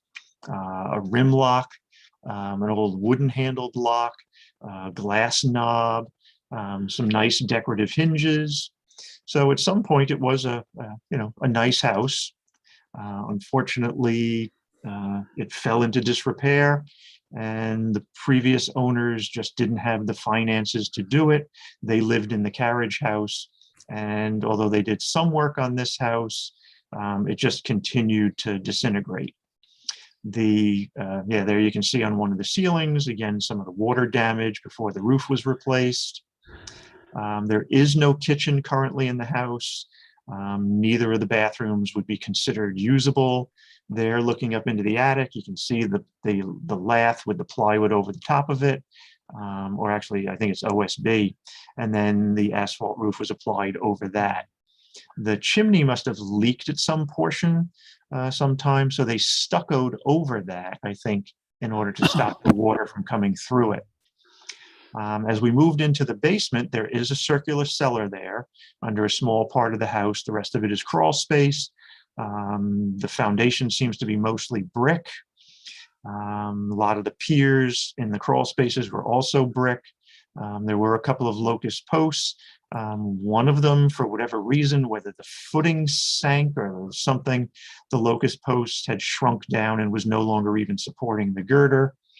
Here, there's a little stub of a locust post holding up a plumbing pipe. As you can see, there's no way that anybody could fit into that crawl space with the dirt floor. The upper one is definitely deep enough you could probably scoot in there. The lower photo, you could definitely not fit into that crawl space. A lot of the bricks, the faces are spalling. They're coming off the bricks. Some of the upper bricks have come loose and fallen off. A lot of the bricks are displaced. A lot of the mortar has come out, particularly in that lower picture. It almost looked like dry stacked bricks till you looked closely. There's a lot of efflorescence on the bricks, the white sort of powder that shows up on the surface, which is dissolved salts coming through the bricks. So there was definitely a water condition leaking into this area, which probably just destroyed the bricks. So the foundation is really shot in this house. This is the ductless heater, definitely not in use anymore. It doesn't look like it's been used in a long time. Interesting set of steps coming up through the Bilko, which actually isn't a Bilko. This one of the shed roofed additions was built over this area, so this stairs now comes up into a room with a hatch. But interesting, the brick risers and then the stone treads on top, and the treads seem to be very rustic, not a smooth finished stone, but just an interesting detail in there.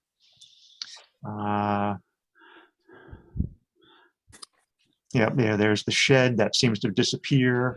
We didn't find anything historic on that. Behind it to the left, you can see the carriage house.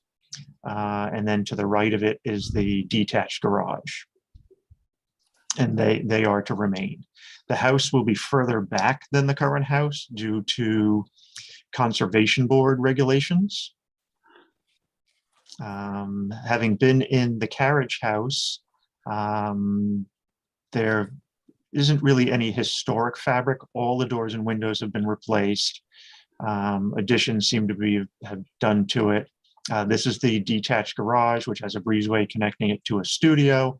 All of these are much newer, built since 2000 structures. They will remain. You can see the swimming pool from the second floor. That's to be redone, but that will remain.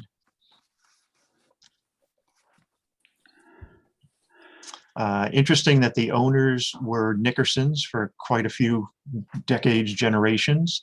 The street, of course, being Nickerson Lane, was most likely named after the original owner of this house, Dr. Lorenzo Miller Nickerson, and his wife Edith. So a couple of generations after them also lived in the house.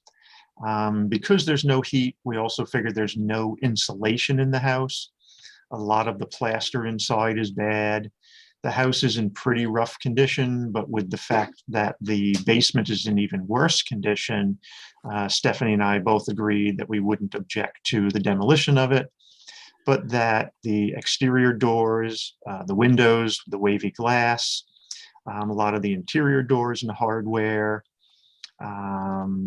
maybe the newel post to the stairs and handrail, should be repurposed or donated to the neighboring area and perhaps used in another project. Okay. Yeah, there are 4 other historic resources in this area, but nothing related to this house. And the closest one is at the opposite end of Nickerson, so it's 3 or 4 houses away. There's really no sight line between the others and this project. Okay. So you recommend not objecting to the demolition, right, but perhaps putting a note in there just because a lot of the deterioration of the house was due to neglect. So, which raises an enduring question about enforcement of standards under the building code throughout the town and for different purposes. So something I think we'll have to get a chance to work on in the coming months. So would you do the response on that, Bill? Yes. Goes to Janet, and Janet will from now on be our link to the building department to keep track of the responses that should fly through or over her desk. Okay, 89 Cobb Road. And Susan, you had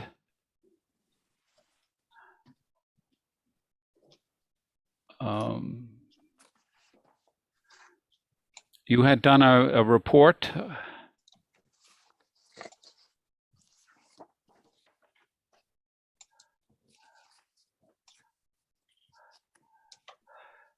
Susan, you're muted. Excuse me, I'm muted. Yes, Ed. Yes, I sent the, thank you. I sent the report yesterday afternoon. So there's a history report and also an overview of construction. Okay, let me see if I can bring it up for you.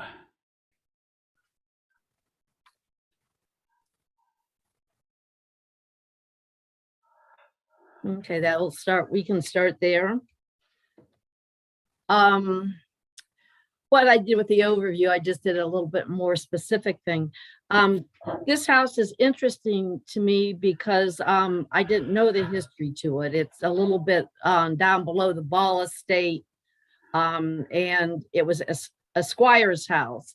And I always wondered how the squire's house is sort of Halsey territory, and they're before it became the Ball Estate. And after a lot of research and going through a lot of deeds, I looked at Nellie's, his wife's last name was Halsey, and that was the key. So this house is listed AKRF, and prior to that, it was listed in the 2004 GIA report. So it's actually been listed in a couple surveys. Looking to the front, it's about a little under a half acre. So you're seeing most of the property in these pictures, but looking at the front porch, that's the original core of the house that in the first bay. The addition is to the rear. And this reportedly was done prior to the current owner purchasing it. So I'm not quite sure how this had this much work done to it, but she bought it and they said according to the application as is. So if you're looking in that second row, the addition is to the left, and they actually mimicked the original bay window and the woodwork up at the top. The gable's a little bit more narrow, and then when you go around to the rear, they again did a gable there with the scroll work. So my guess is that even though it looks very similar to the original, it was probably replaced on all of those peaks. But it's in a substantial addition. According to the application, they just filled in the overhang and built on the deck, but it actually ended up being a pretty large addition. In addition to that, there were 2/1 windows. Now there's, in the older part, there's 6/1, new siding, new roof. And they also changed the entrance to the porch. It was off to the side, and now it's the front. So there was a lot of work actually had been done on it. So this is to legalize this work. But the town tax records say it was 1920, but I found it on a map. But that's the GAI report. You can see it smaller or a different entrance to the porch. If you go down to the next one, that's from I think that photo would be around 2012, but it's the 2014 Southampton Historic Resources Survey. But if you go down to the next page, you'll be getting to the maps. Go to page 4, one more down, because it's located on Cobb Road. You go down Cobb Road and eventually you're right in the right place. It's gonna run into Flying Point Road. But in 1858, there was no house and no road. Cobb Road hadn't been extended down to Flying Point, and the same thing in 1873. But if you go to the 1894 map, you can see the road had been extended. And by 1902 on the following page, there's a house there that belongs to W. Squires, and also in 1916. And so I looked at the different census reports and the other reports, and the person who likely built the house was William Hallett Squires, and he was the son of a farmer up your way, Ed. The Squires family had a farm on Scuttle Hole Road. Mm-hmm. And it seemed like most of the Squires houses, they're between Head of the Pond. There was, we landmark a Squires house there. And then starting up on Scuttle Hole between in the Narrow Lane area, there was some Squires family. But that's where his father, with a farm where he was born on. And I guess when he married Nellie, her family would have lived right on the Cobb Road, Cobb area. My guess is that they either inherited or were given this piece of property near Nellie's family home. So by 1902, there's one structure. By 1902, there are two. And the vintage structure actually came from online at Out East, and you can see the original core of the house, which I feel is fascinating. Of course, you note there's no wraparound porch. the bay window, which was actually a one-story turret. When they did the wraparound porch, of course, they took that roof off. They had the shutters at the time, the 2/1 windows, and the same type of cut out the jigsaw work up at the peaks. But you can see how the house evolved from, and I'm not sure, of course, the year of that. But William Halleck Squires, I said, married Nellie. They had one son, Merwin. Merwin eventually ended up marrying a woman from Cincinnati while he lived in Utah. So, Iowa. So eventually the family moved. At some point, right after the Squires built the house, the family bought land in Maryland because due to health reasons, he said the air was too heavy here, and they moved to Maryland. They had an auction in 1905, sold everything, and moved to Maryland. And by 1906, they moved back to the family home. But they're always shown on the census reports because they moved in between. And by 1910, they were back living in the Cobb Road area. They had a boarder, Daniel Gorman from Georgia, living with them. And newspaper articles indicated that they rented the house, and I assume during the summer because they were on the seaside cottage list. So during those years, they were also renting. Eventually, he sold a parcel. I assume I found it in the deeds to Pearson, who was the nearby dairy farmer. And the last deed that I saw, he made a sale to Edward P. Morris, who owned Via Maria. So my guess that's when he actually sold the house in 1918, because by 1920 and 1930 census reports, he was living in Connecticut with his wife, Nellie. There were some other Squires I saw in his father's death announcement were living in Connecticut also. So in the earlier census report said that he was a Mason. So he may have actually helped construct the house. I did take a picture, a close-up of the foundation underneath the turret. So if you go down a little bit, well, it's a bay window now, you can see the brickwork, and that's similar to what you see up in the picture of the vintage house. It looked, so I think that may be the original brickwork. And if he was a Mason, it may have actually been done by William. You can see the porch. I think a few elements that original, maybe the turn post and the balustrade, even though they've changed the location of the front stairs. But most everything else you see around the house, I didn't see very much original material left. And in the interior pictures, none. The other part of this application is to legalize converting the second floor of the garage barn, which had an AYB of 1920, may have been shown on the 1916 map, but they converted the upstairs to a loft and a bathroom. And that may be the original barn door. So to me, there's not much to say because the work's already been done. Luckily, that addition is to the rear.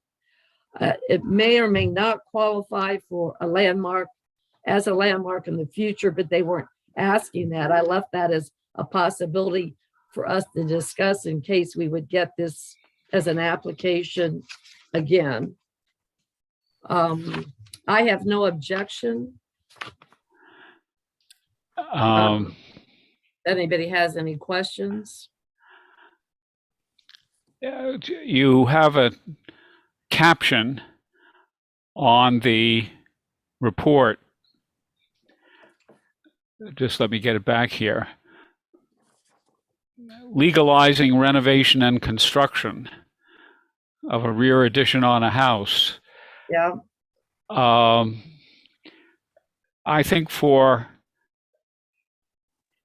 our cause, that rewording that caption might be Yes. Okay. appropriate.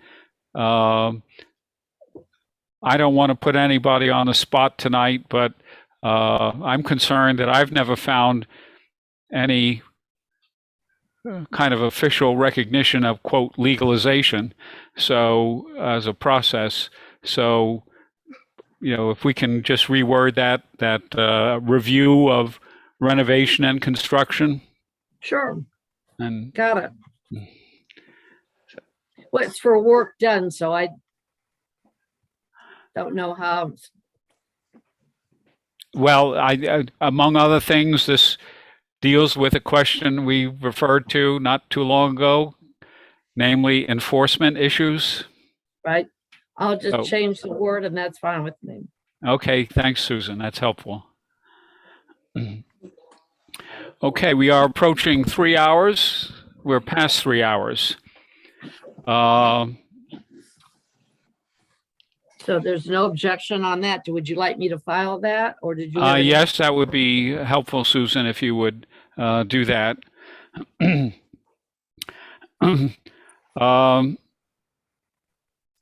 67 Norris Lane. And let's see if we can get things a little bit more speedy here.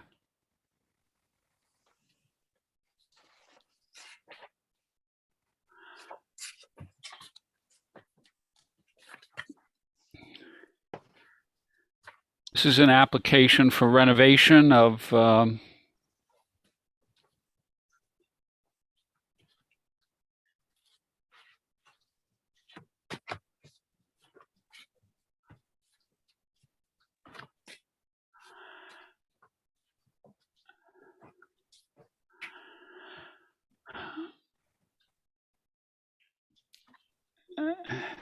let's see if we have.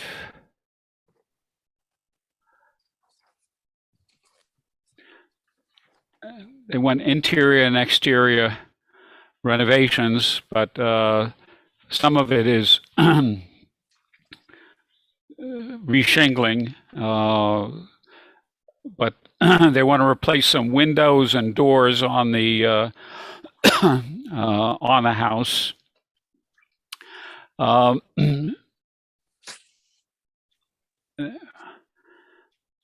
The house sits on Norris Lane off of Montauk Highway somewhat. There originally used to be several of the Foursquare houses located on the street. I don't know if they weren't all built at the same time in my prior recollection of other houses here, but there have been a lot of new construction that has taken place in this neighborhood in terms of the size and presence of houses. As you can see, this is 67 right here, but there have been a whole bunch of new houses put up, large houses on what were once large sites, but large houses now make the sites very small. There's no major historic character remaining in this environment on Norris Lane here. The houses get smaller as you go north, and this is Montauk Highway right here. The houses get bigger as you go south across Montauk Highway. I didn't see much in the construction application that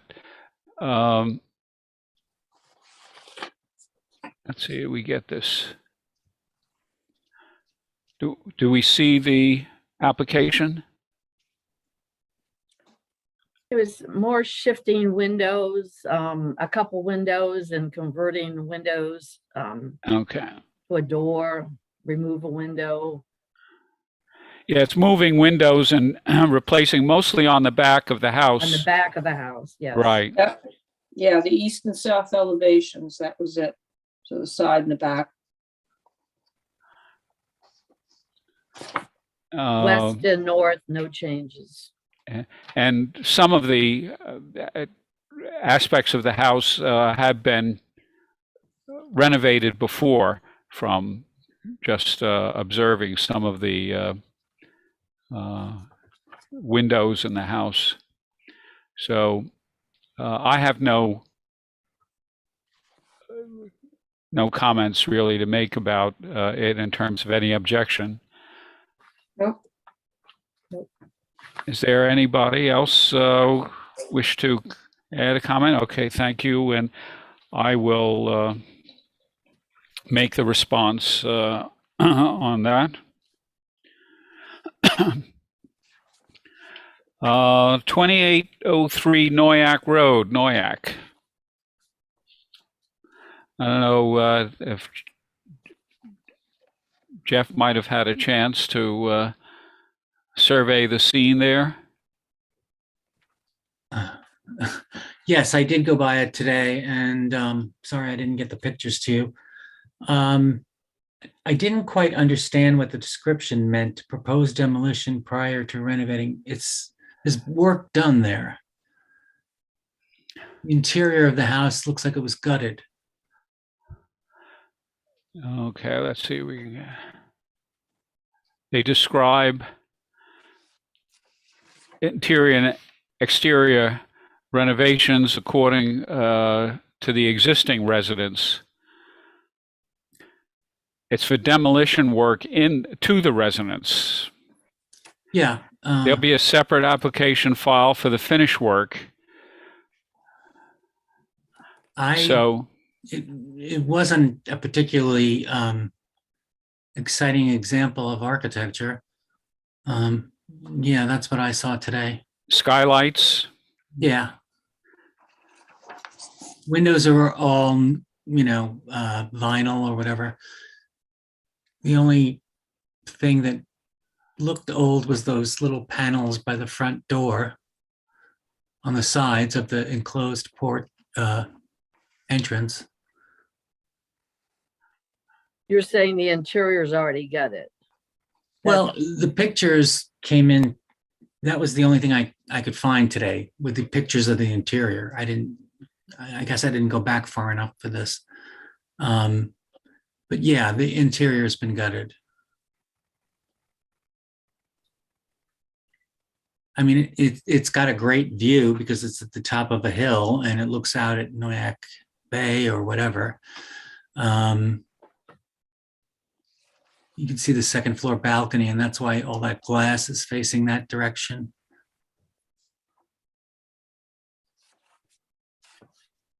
But there didn't seem to be much about it that was historic to me. I mean, those 2 foot or almost 2 foot overhangs in the front and the back are not characteristic of something that would have been built in 1940. It's more of a 1960s thing. 50s and 60s. Let me see if I can get the share back to sensible.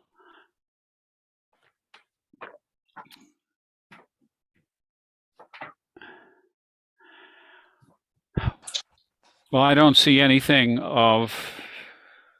I don't see anything to object to. Architectural value, and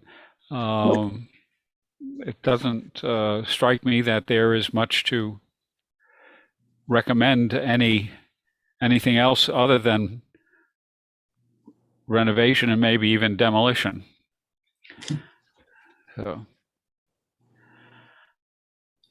So any comments otherwise or additional to make about this? Nope. Hearing none, we'll respond with no objection to the application, and I'll fill out the form and send it along to Janet.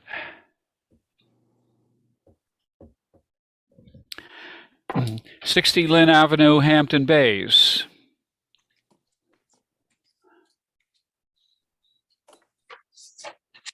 Let me see if I can. As you're pulling that up, my notes say a rear 645 square foot addition, rebuild a sunroom, a new garage with an upstairs bedroom. The garage will be 20 by 20 with the upstairs bedroom, 20 by 20. I think that addition will be on the right side of the building. The whole house looks like a 1950s or 60s ranch. Yes. Right, that's 1940, but it appears Yeah, to be.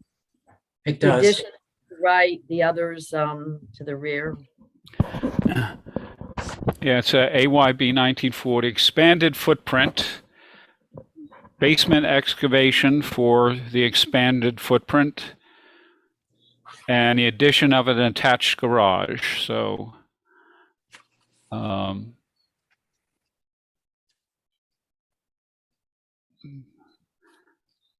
kind of interesting 6/1 next to the picture windows.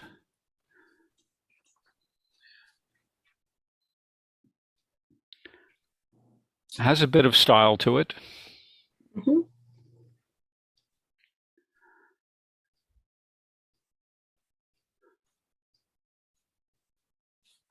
Pool and back. That must be the sunroom that they're going to rebuild.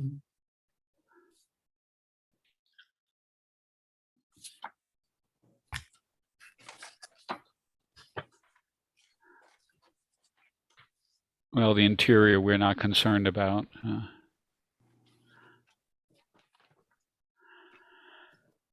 Plus the estimate for the work, $290,000.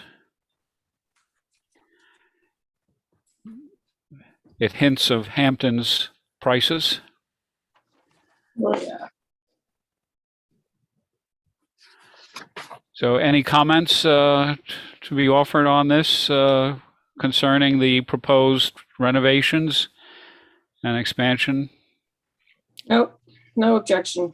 Okay, that's very good. I will do the paperwork on that.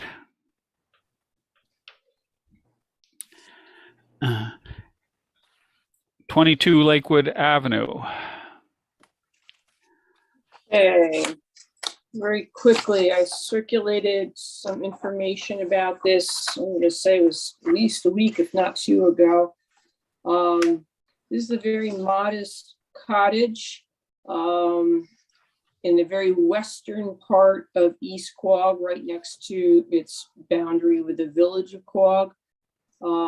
This was an area that was historically undeveloped between the two hamlet centers. And none of the historic maps show that Lakewood Avenue has been opened or any development.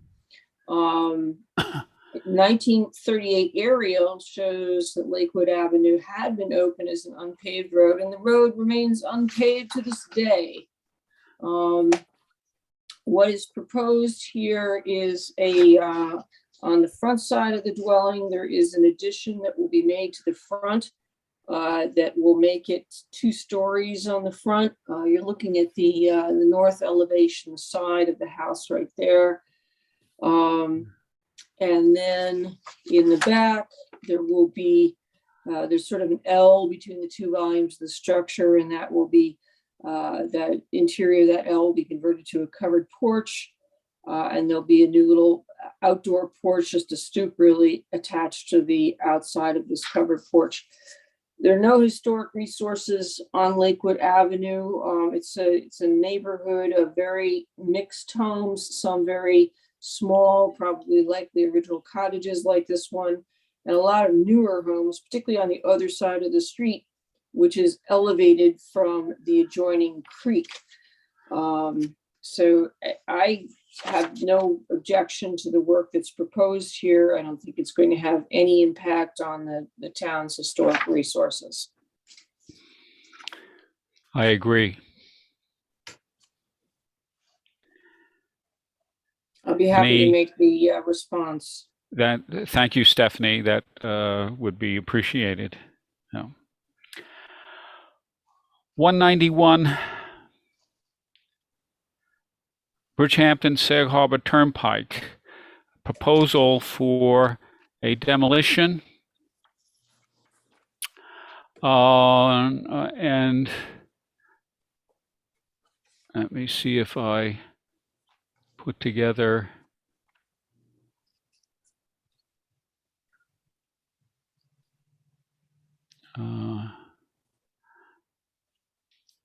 let me see what we got here for.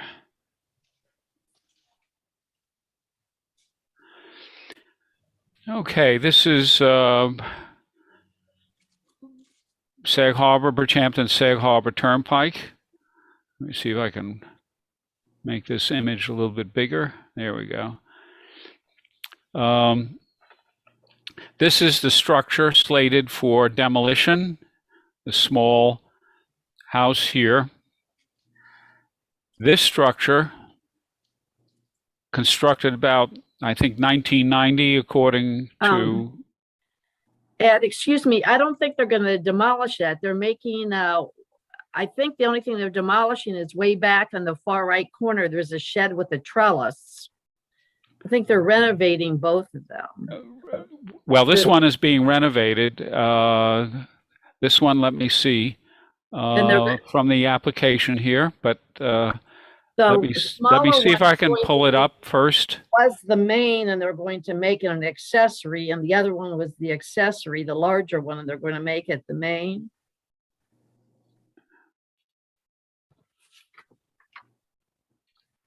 Unless I read it incorrectly. No, I think you've got it, Susan. Sort of flipping uses between the two main buildings, and they're going to get rid of the that shed in the southeast corner. To renovate the existing one-story frame as a subordinate accessory. Okay, right, you're right. And the existing 1.5-story, which is the newer one, will be remodeled. Okay. And the garage and frame on the property line will be remodeled and expanded to an accessory building. So you're correct on the description of the activity, Susan. Thanks for pointing that out. I didn't mean to correct you, but I thought before you. No, that's It's getting late, Ed. You're telling me. Thank you. In any case, this is the newer building. This one dates back to sometime in the 1920s. And if I can move along with this is the oblique. Let me just get rid of the oblique and pick up the other.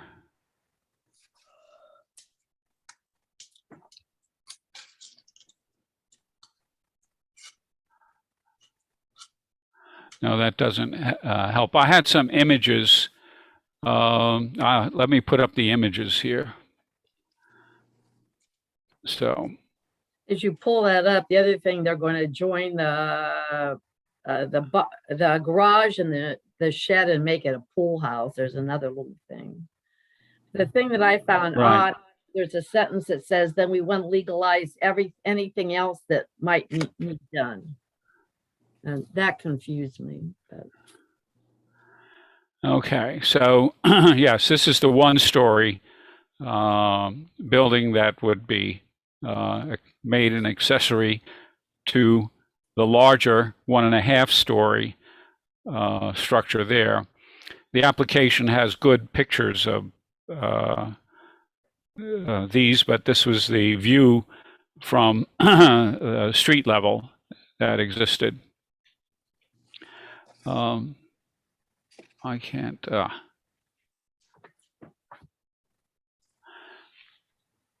Again, this is much of this is masked, so it's not very familiar to any part of the community?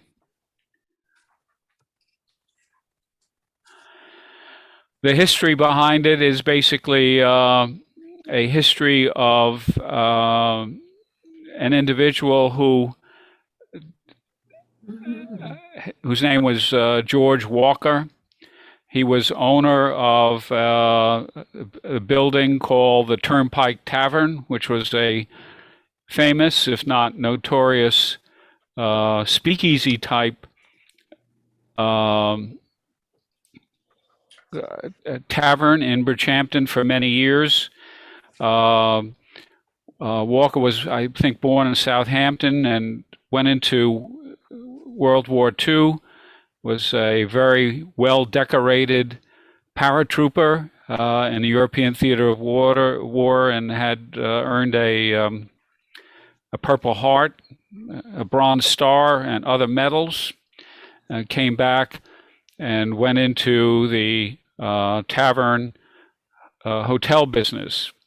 The hotel was rather interesting piece of Bridgehampton history because it was a mixing ground for the African American community, which was concentrated in residential areas to the north of that location.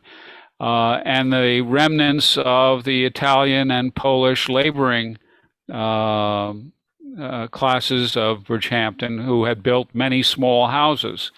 The African American community were agricultural laborers who worked seasonally very often in the farming community of Bridgehampton. And it was a constant source of interest to law enforcement and the community in terms of stories and events going on. The tavern was a place where what was then called the numbers racket was operating.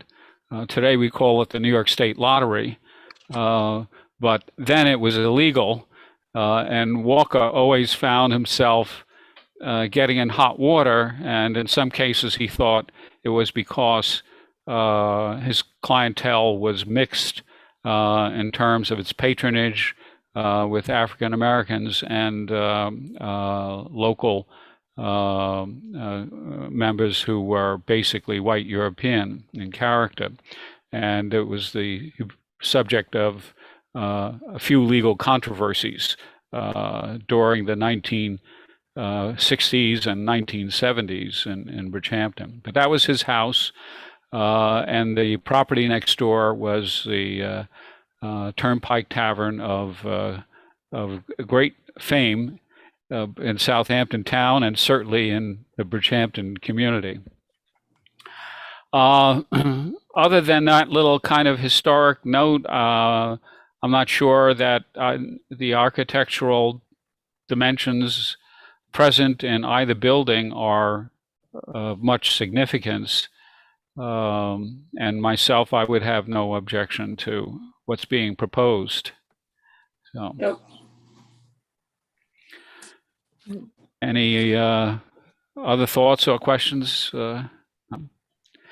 Okay, I will send along an appropriate response.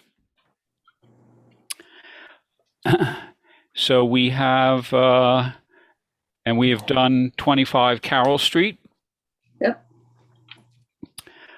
Did we did I indicate who would do the response on that? Does anyone recall? I have your name down, Ed. Thank you, Stephanie. Sorry. Okay. 189 Lumber we've done. Nathaniel Rogers is on hold. And 360 Montauk Highway Eastport is on hold, I think, still. Haven't heard any whisper of any events. Bridgehampton Historic District is on hold pending the possible process for certified local government status for the town code, which is something that's been delayed getting work on because of the press of a lot of other business. 248 New Light Lane, Watermill is, the public hearing was held on January 11th, last Tuesday afternoon, prior to our previous meeting. And that's town board action will be forthcoming on that. We've already dealt with the Sunswick Lane Windmill issue at West Hampton Beach.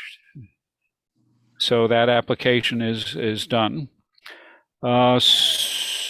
Landmarks maintenance program, I have just not been able to get the statement together and get it and pass it underneath the eyes of Councilman Bouvier and Schiavone, and hope to do that later by Friday. We'll see how that goes, but I was asking that we extend the deadline to February 14th, Yes. 2 weeks, if there's a problem with that. I don't hear No problem. anyone's, so thank you. I will proceed on that basis. The other matters are just continuing items on the inspection, or on the agenda rather. Unless Susan has some concerns with the pending applications, briefly, can you render? The lists are in progress. I'm running late. You've got the demo, the other are coming. It's just CPF confirmed that that house at 17 Old Country Road would probably be proposed for demolition by the homeowners. So that we should get an application from there. I'll discuss that next month with more information. And I'm following up with David about the demo permit for the barn at 225, 251 Butter Lane that we haven't reviewed, but they received a demo permit. But I'll follow up with that on later. With the ZBA, it's the planning board, of course, 240 New Light was recommended, was sent by the town board for the planning board to review on the 13th. And the rest for the ZBA and the planning board are repeats. That's it. Thank you, Susan. Any other items or comments to be offered for our meeting tonight? Yes, I had forwarded an email I received from Eleanor Coble, 121 South Road in West Hampton. Her home was landmarked a couple of years ago. She was given the maintenance award last year, but she sent us an email with a lot of things that had put off her replacing her windows, and she was hoping to get an extension to do that work this year. We did that once before. Yes, we had prior occasions when applicants asked for an extension, and I'm not averse to, agreeing to it myself. I don't know how others may feel. I don't think it's all of our reasons are kind of, almost kind of not germane to the actual bureaucratic process here. So if there's no objection, I would suggest that we extend the deadline for completion of the application until December 31st, 2022. Yep, I would agree. Okay. Well, everybody of a mind that is okay? Yeah. Okay, very good. Thank you. Thank you. And thanks for recalling that. I'd forgotten to. Yeah. The other thing is that on the landmarks website, that is not shown as a landmark in the list of landmarks or on the historic resources map. Yeah, and I'm following up. There's, with the historic resources map, they haven't updated the things I sent in 2016 or 2017. Okay. And so I eventually added a couple of the new landmarks to the list, even though they don't link back to the map. Mhm. But I will work on that, and I'll need some information from you. I think I'll try to see if they can just update the map with the landmarks, but I'll get back to you on that. But you are correct. I think some of this also just may be, COVID episodes, work-related delays and getting some things done. But yeah, it would be helpful to get some updating too. Anything else for our business tonight? Well, let me just compliment everybody for the marathon session that we've had tonight, and for the complex problems that we were dealing with, and especially Bill, I think we all owe you a great appreciation for what you've accomplished with working with the certificate of appropriateness. If there is no further business, I will adjourn the meeting, and hearing none, the meeting is adjourned. Good night.